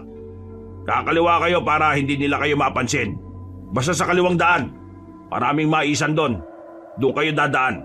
At pwede niyong gapangin para siguradong hindi sila makakahalata. Ano ang binabalak ng mga aswang bukod sa pagganti nila sa akin? Akala ko ba ituturo ko lang kung nasan sila? Ginawa ko na! Kagaya nga ng sinabi ko kanina, marami kaming itatanong sa iyo. Kaya sumagot ka na. Balak nilang pabagsakin ang konseho ng mga manunugis. Kapag nangyari yon, isusunod nila ang mga lokal. Tapos sa panguli, ang munisipyo rito sa bayan. Sasakupin niyo itong buong probinsya? Sasakupin? Anong mapapala namin sa lugar na ito? Hindi naman talaga rito nagsimula ang lahi namin. Anong motibo niyo sa mga binabalak niyo? Hindi itong kapis ang lupang sinilangan namin, kundi ang Gimaras. Kailangan lang namin burahin ang kapis sa mapa at tuluyang gawin itong lugar ng mga patay para magsilbing mensahe ito sa iba pang samahan ng mga manunugis. Para katakutan kaming lahat. Papatayin namin ang lahat ng tao rito. At magagawa lang namin yon kung mauna ka mamatay, Teban. Ikaw ang pinakabanta sa aming lahi. Ano pa mga nalalaman mo? Wala na. Yun lang ang mga nalalaman ko. Hindi rin naman kasi ako ang madalas kasama ni Gabriela kung hindi si Gina. Sinong Gina? Sino pa? Di yung una niyong pinatay. Siya ang kanang kamay ni Gabriela. Hindi siya nagsalita, no? Di ba? Oo. Kaya nga ikaw ang nasa pangalim ngayon Sinabi ko na ang lahat ng nalalaman ko. Kaya pakawalan niyo na ako. Pati na rin yung mga anak ko at ang asawa ko. Nakakalimutan mo na bang kasama ka sa pumaslang sa pamilya ko? Teka, anong ibig mo sabihin? Ibig ko lang sabihin, walang kapatawaran ang ginawa nyo. Buhay ang nawala, buhay din ang kapalit. Pero, nangako kayong hindi nyo sila sasaktan Tiyo, wala ito sa usapan natin. Dinukot na ni Tiyo Teba ng katana niya. Sigaw ng sigaw si Mang Domeng. Nag-aapoy siya sa galit. Binubuhos na niya ang lahat na makakaya niya para lang makalis sa pagkakagapos. Pero hindi pa rin siya nagtagumpay.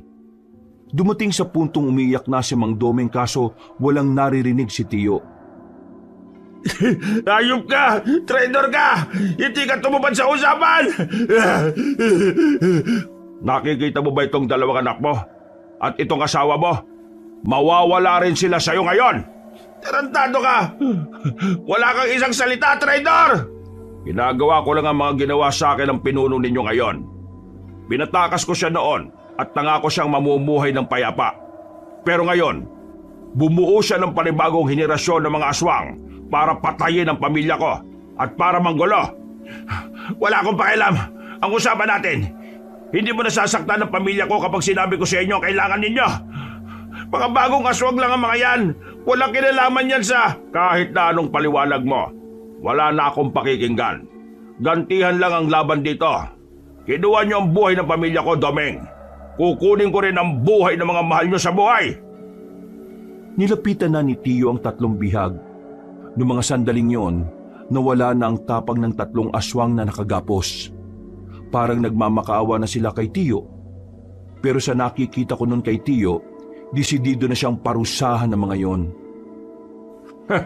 Tingnan natin kung ano ang pakiramdam ng mawala ng pamilya. Para kasing hindi mo pa alam eh.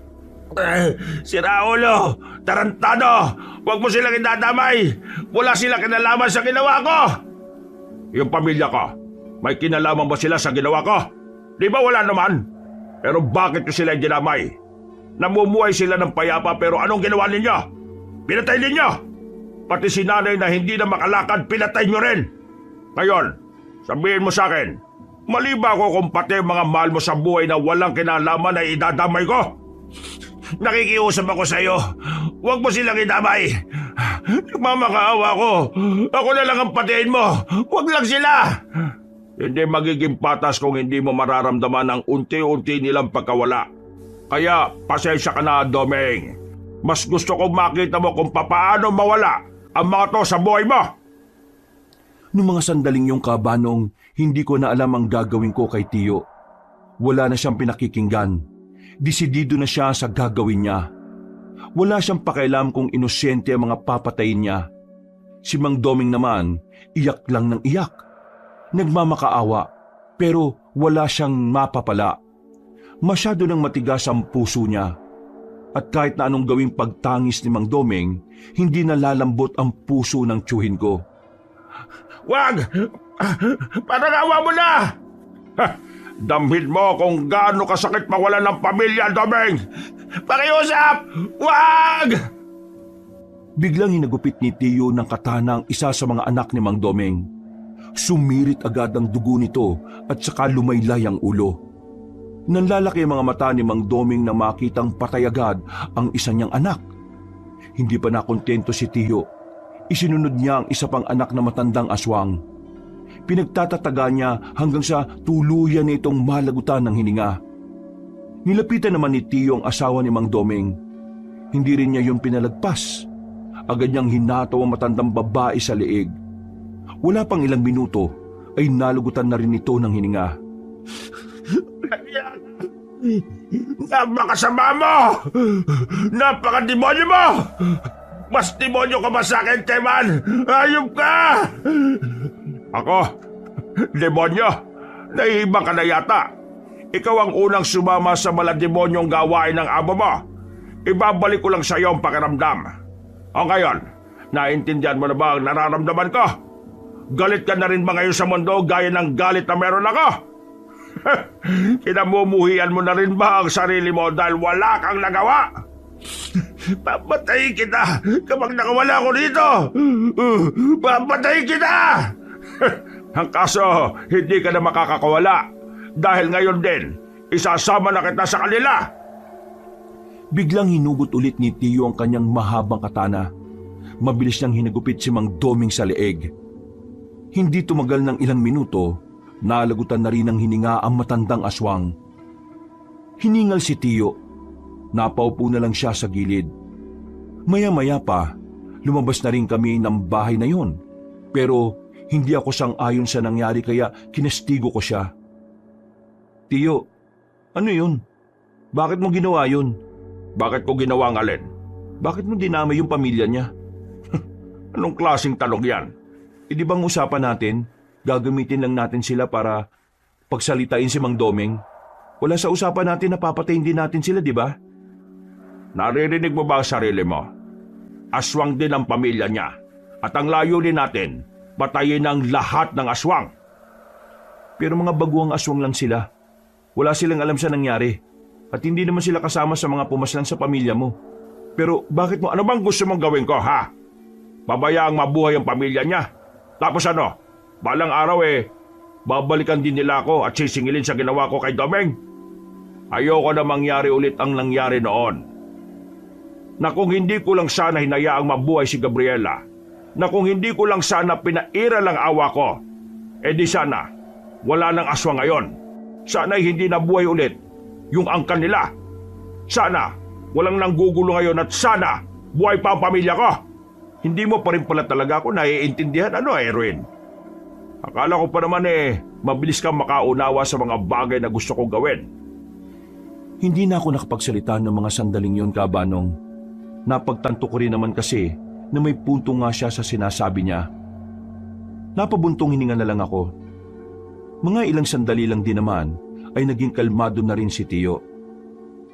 Tiyo, pasensya na ha. Nag-aalala lang din naman kasi ako sa iyo eh. Ayoko naman na dumating ang araw na tuluyan ka ng nilamon ng galit nyo. Alam ko ang ginagawa ko, Erwin. Kung hindi lang naman sila aswang, hindi ko naman sila idadamay. Pero aswang sila eh. At lahat ng aswang masasama. Lahat ng aswang may kakayahang gumante habang nabubuhay pa sila. Kaya ano magiging plano natin ngayon?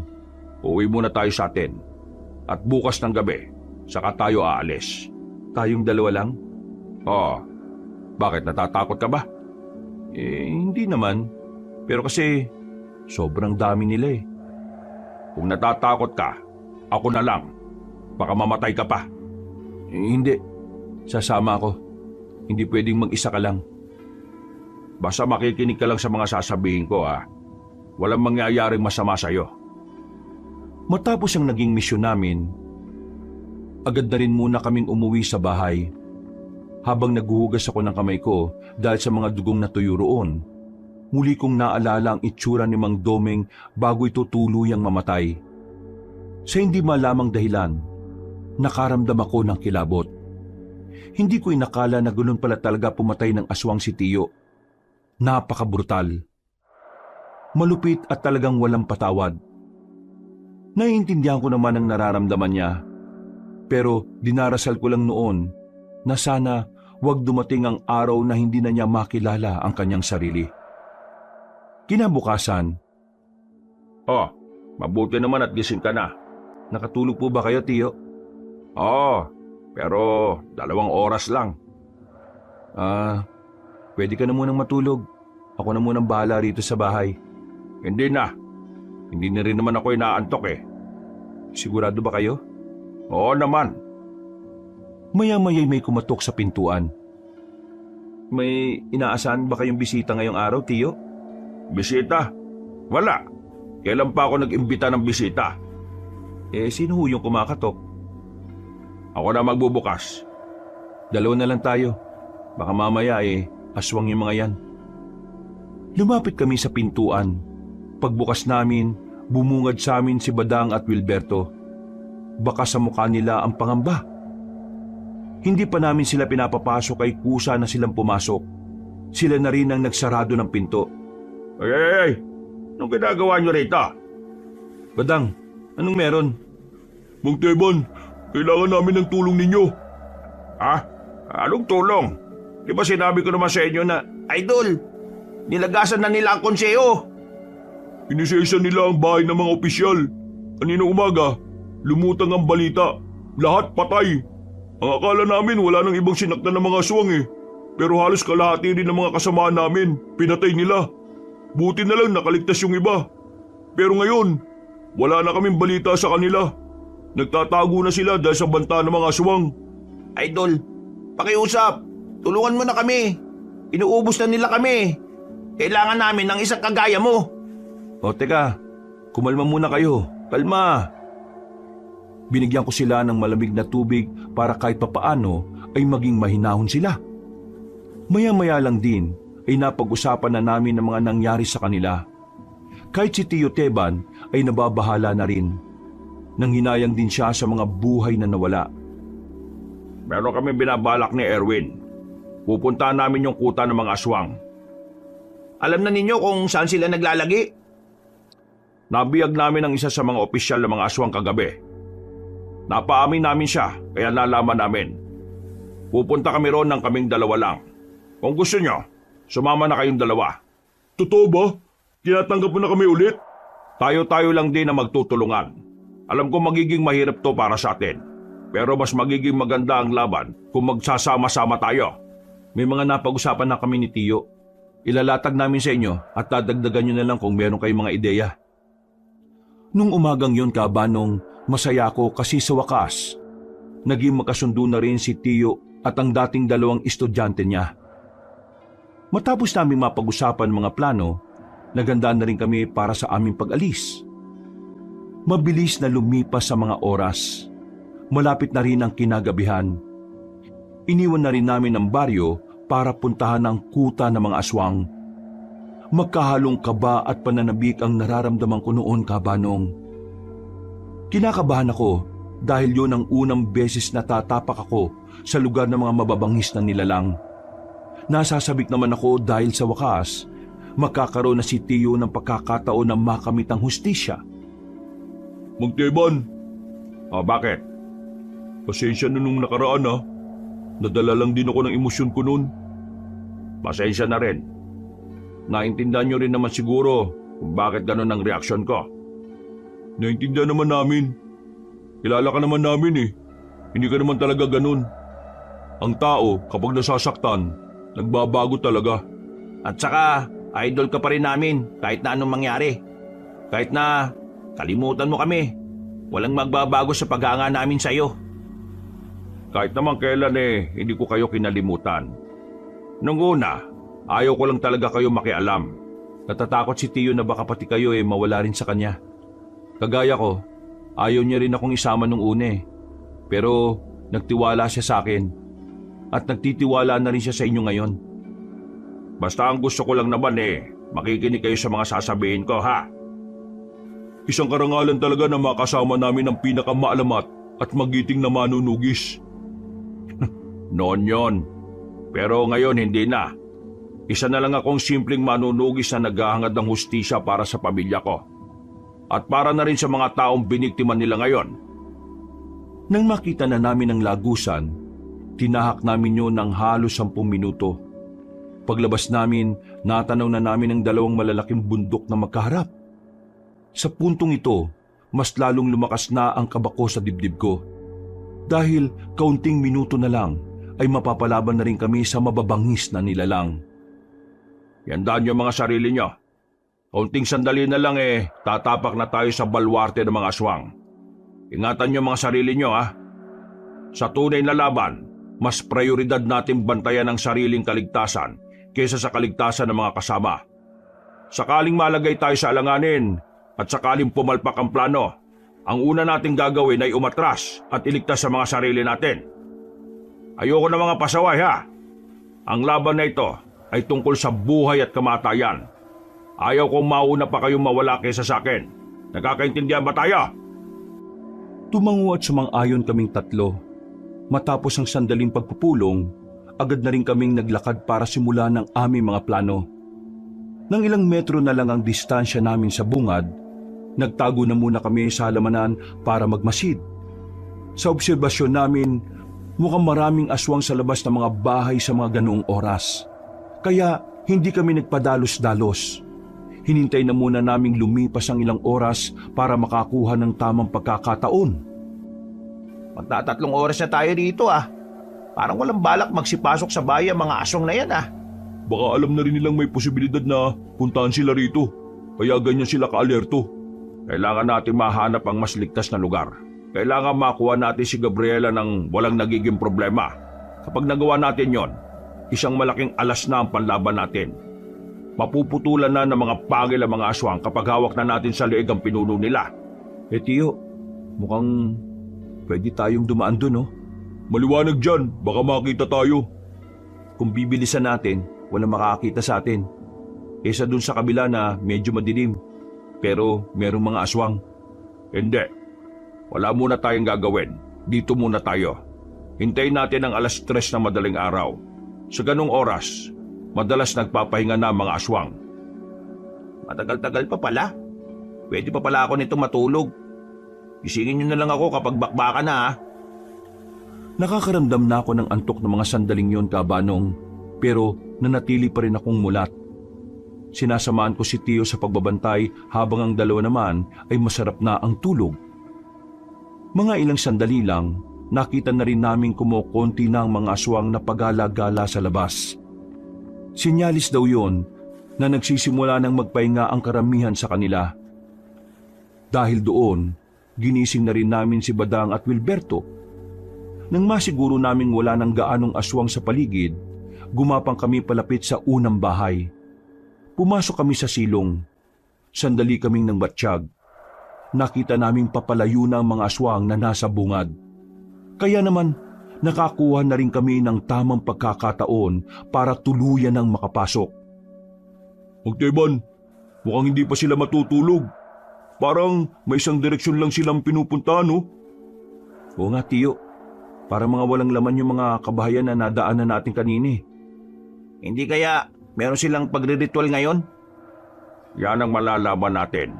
Sa ngayon, iisa-isay natin ang mga kabahayan para mahanap natin si Gabriela. Tiningnan namin ang paligid.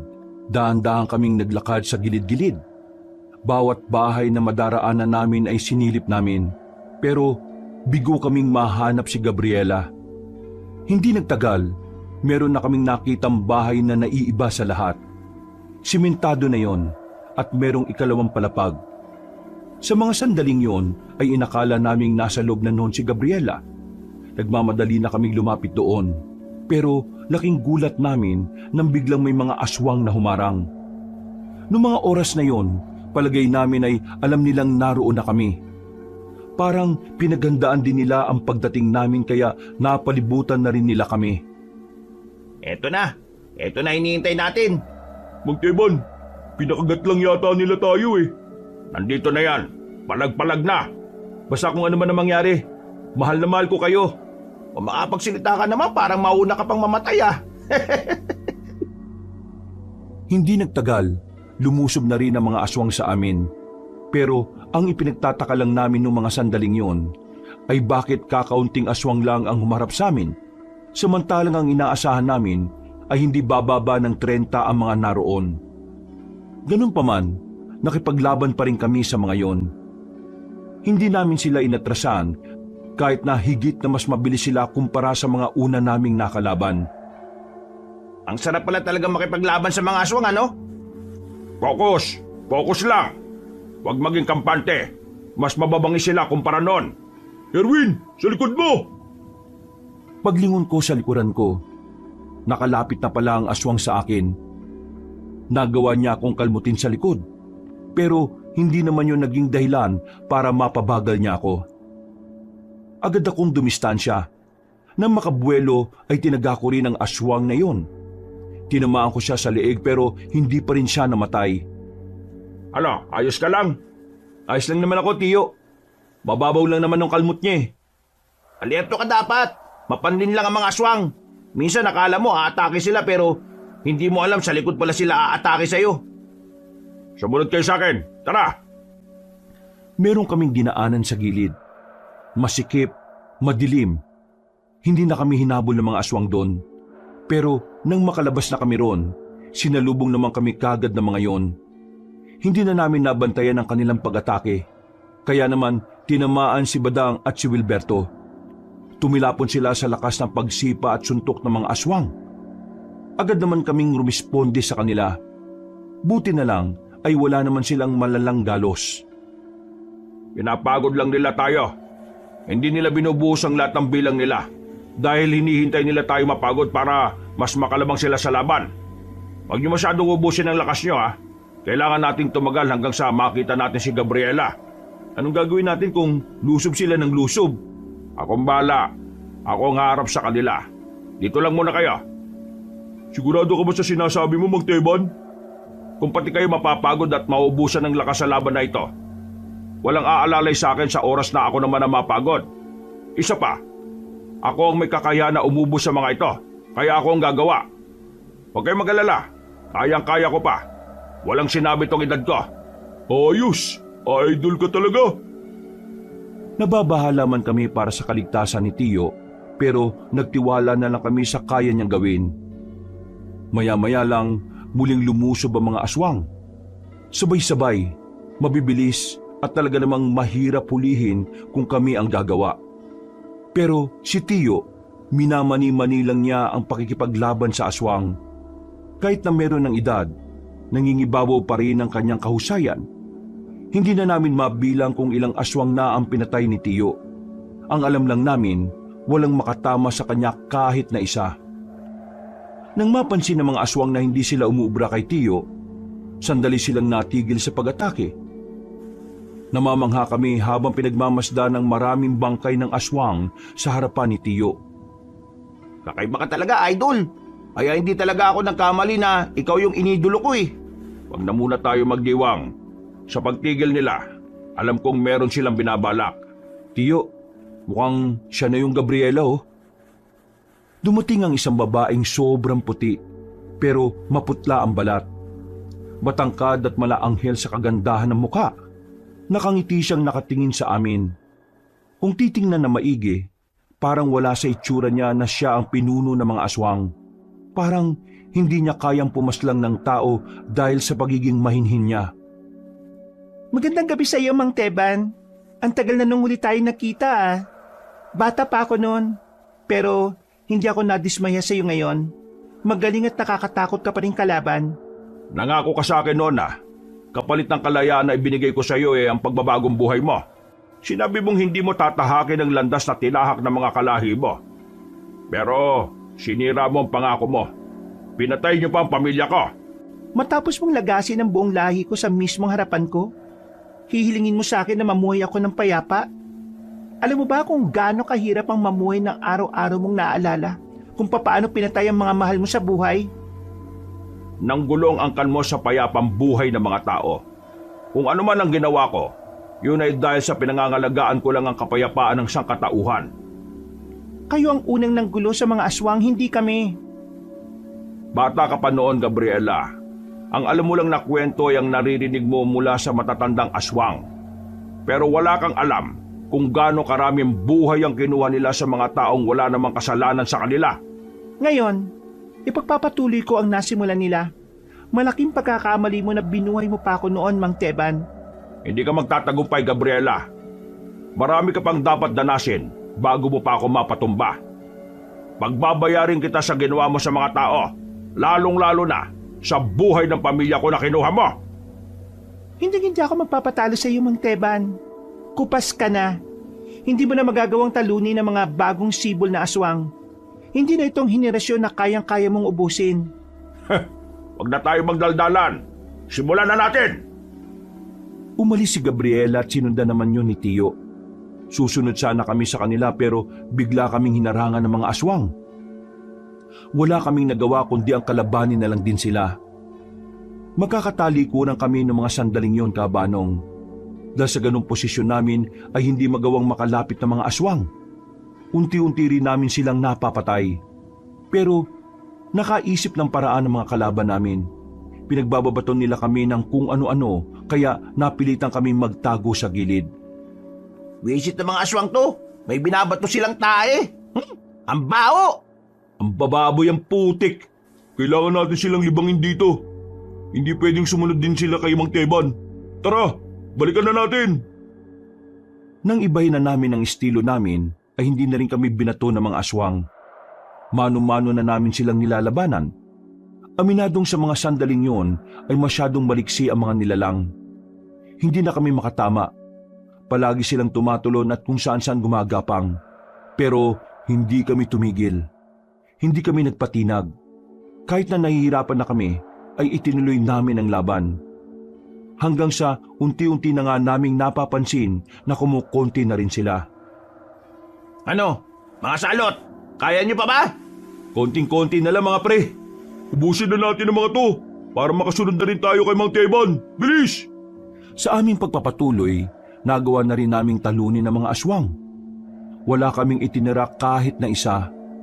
Sugutan na rin kami noon, pero kahit papaano, hinakaya pa rin naming makatayo. Palis na sana kami nang bigla na lang may isang aswang na humila sa paa ni Badang. Nakalmot si Badang sa tagiliran na naging dahilan para bumagsak siya kaagad. Agad naman naming tinuluyan ng aswang na yon. Badang, okay ka lang? Sakit! Alalayan ka namin. Hindi na. Itabi niyo na lang ako. Sundan niyo si Mang Teban. Bilisan niyo. Sigurado ka ba sa sinasabi mo? Oo, bilisan niyo. Kailangan niya nakasama. Bilis! Itinabi namin si Badang sa likuran ng mga drum. Mabilis naman kaming tumakbo ni Wilberto para sundan sila Tiyo. Nang makarating na kami roon, inabutan naming sugatan na si Tiyo, habang ang aswang na si Gabriela naman ay wala pang galos kahit na isa. Tingnan mo nga naman, Mang Teban. May rumispondi pa para sa'yo. Kaya nga lang, makakasama mo lang din naman sila sa hukay. Bakit kayo narito? Hindi na sana kayo sumunod. Hindi ka namin kayang iwan, Tiyo. Sasamahan ka namin kalabanin siya. Oo nga, papayakin natin yung aswang na yan. Malakas siya. Mabilis niya. Nahirapan akong hulihin siya. Mabuti naman at inamin mo rin na mas malakas ako sa'yo, Mang Teban. Kaya kung ako sa'yo, isuko nyo na lang ang sarili nyo para hindi na kayo mahirapan. Kung itutuloy pa natin ang laban na ito, mas mararamdaman nyo lang ulit ang pait na kamatayan. Lo, magpahinga ka na muna. Kami na munang bahala sa isang ito. Hindi niyo siya kakayanin. Manood ka lang, Mang Teban. Kami muna. At ang lakas din naman ang loob nyo na humarap sa akin. Tingin nyo ba ay makakapalag kayo sa akin? Kung ang matandang yan nga na itinuring na dakila ay wala ring magawa. Huwag ka muna masyado masaya, Gabriela. Hindi pa tapos ang laban. Dahil habang humihinga pa kami, hindi ka pa nananalo. Kung sa bagay, may punto ka rin naman. Kaya sige, simulan na natin to. Noong mga oras na yon, aminadong kabado kami pareho ni Wilberto. Pero wala kaming ibang magagawa kundi harapin si Gabriela. Nang sa ganon, magkaroon ng sapat na oras si Tiyo para pag-aralan ng mga kilos ng babaeng aswang. Hindi nagtagal, lumusob si Gabriela sa amin. Sinubukan namin siyang tagain. Pero nailagan niya lang yon. Nahablot niya ako sa kamay. Nagulat na lang ako nang maramdaman ko ang malakas na suntok niya sa sikmura ko. Sa sobrang lakas, sumuka agad ako ng dugo. Hindi naman nagsayang ng oras si Wilberto. Lumusob siya kay Gabriela. Pero sa kasamaang palad, tumilapon lang din siya sa gilid. Hindi niyo ako kakayanin. Marami pa kayong dapat maranasan para lang makatagal kayo sa akin. Anong pinagsasabi mo? Tingin mo susuko na kami kagad sa atake mong yon? Nagkakamali ka! Sinakal ako ni Gabriela. Itinaas niya ako sa ere. Pero lumapit naman si Wilberto sa kanya. Tinaga siya ni Wilberto sa hita. Sa pagkakataong yon ay nabitiwan agad ako ng babaeng aswang. Sinamantala ko rin ang pagkakataon na wala na siya sa tamang posisyon. Tinaga ko rin siya sa hita. Nang tamaan siya, sinubukan ko namang itarak ang hawak-hawak kong itak. Pero laking gulat ko nang mailagan niya yon ng walang kahirap-hirap. Isang suntok na naman ang natanggap ko. Tumalsik at sumadsad ako sa lupa. Erwin! Mang Teban, ituloy na natin ang laban natin. Wala naman ako mapapala sa dalawang ito eh. Nagsasayang lang ako ng oras sa kanila. Huwag ka nga masyado mayabang. Kung makapagsalita ka, parang napatay mo na kami ah. Hanggat tumihinga kami, hindi mo kami matatalo. Ang daldal mo? Sige, ikaw na ang uunahin ko ngayon. Nabahala kami ni Tiyo nang makitang nilapitan na ni Gabriela si Wilberto. Pero sa mga sandaling yon, napansin ko na parang may binabalak si Tiyo. Hinayaan lang niya makalapit ang babae kay Wilberto. Nang makakuha ng tamang pagkakataon si Tiyo, meron siyang kinuha sa bulsa. Isang tirador na binalahan niya ng holen. Tinamaan si Gabriela sa ulo. Akala namin nung una ay hindi siya tinatablan. Pero nang maglakad siya, bigla siyang napatigil. napahawak siya sa ulo. Ulo lang ang kainaan ng mga aswang, kaya umanda ka sa akin. Habang nakakaramdam pa ng hilo si Gabriela, hindi na sinayang ni Tio ang kanyang pagkakataon. Iika-ika siyang lumapit kay Gabriela at agad yung sinaksak gamit ang itak. Bagyang nakailag ang babaeng aswang kaya sa bandang balikat lang ito tinamaan. Nang hugutin ni Tio ang katana ay sinubukan niyang patamaan ulit ang babaeng aswang. Pero sa mga sandaling yon ay nagawa na nitong makailag. Magaling! Magaling ang ginawa mo, Mang Teban. Pero hindi mo na mauulit sa akin ang parehong mong taktika. Kaya humanda ka ngayon. Ako naman ang aatake. Mabilis na paggapang ang ginawa ni Gabriela. Nanatili namang nakatayo si Tio. Nang malapit na sa kanya ang babae, bigla niyang kinuha ang kanyang latigo. Hinigupit niya si Gabriela. Tinamaan naman yun sa katawan na naging dahilan para mapatras niya ito ulit. Oh, anong problema? Masakit ba? Mukhang tinamaan ka na yata ngayon Hindi mo na ba kayang umilag? Pinapatunayan mo talaga sa akin kung bakit ka kinatatakutan ng matatandang aswang noon. Sige, ipapakita ko rin sa'yo kung ano ang tunay na lakas ko. Sinimula ng babaeng aswang na magpalit ng kanyang anyo. Pero habang nangyayari yon, hindi na nagsayang ng oras si Tio.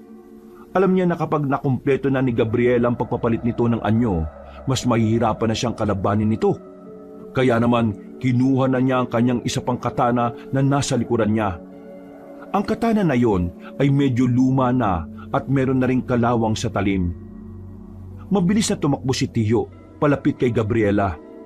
Nang makalapit siya, ay buong puwersa niyang itinarak ang katana sa dibdib ng babae. Nung una ay kinakaya pa ni Gabriela na makatayo. Pero nang sundan ni Tio ng isa pang saksak ng katana, dito na tuluyang sumuka ng maraming dugo si Gabriela. Kalaunan ay bumagsak na rin ito. Malakas ka, Gabriela. Pero isa lang ang problema sa iyo. Masyado kang kampante. Masyado kang nakatuon sa sarili mong lakas. At hindi sa lakas at talino ng mga kalaban mo. Mang Teban, Matagal na dapat kitang pinaslang, Gabriela. Pero naawa ako sa iyo noon Naniwala akong kaya mong magbago. Naniwala akong kaya mong tumahak ng landas na malayo sa mga kinamulatan mo.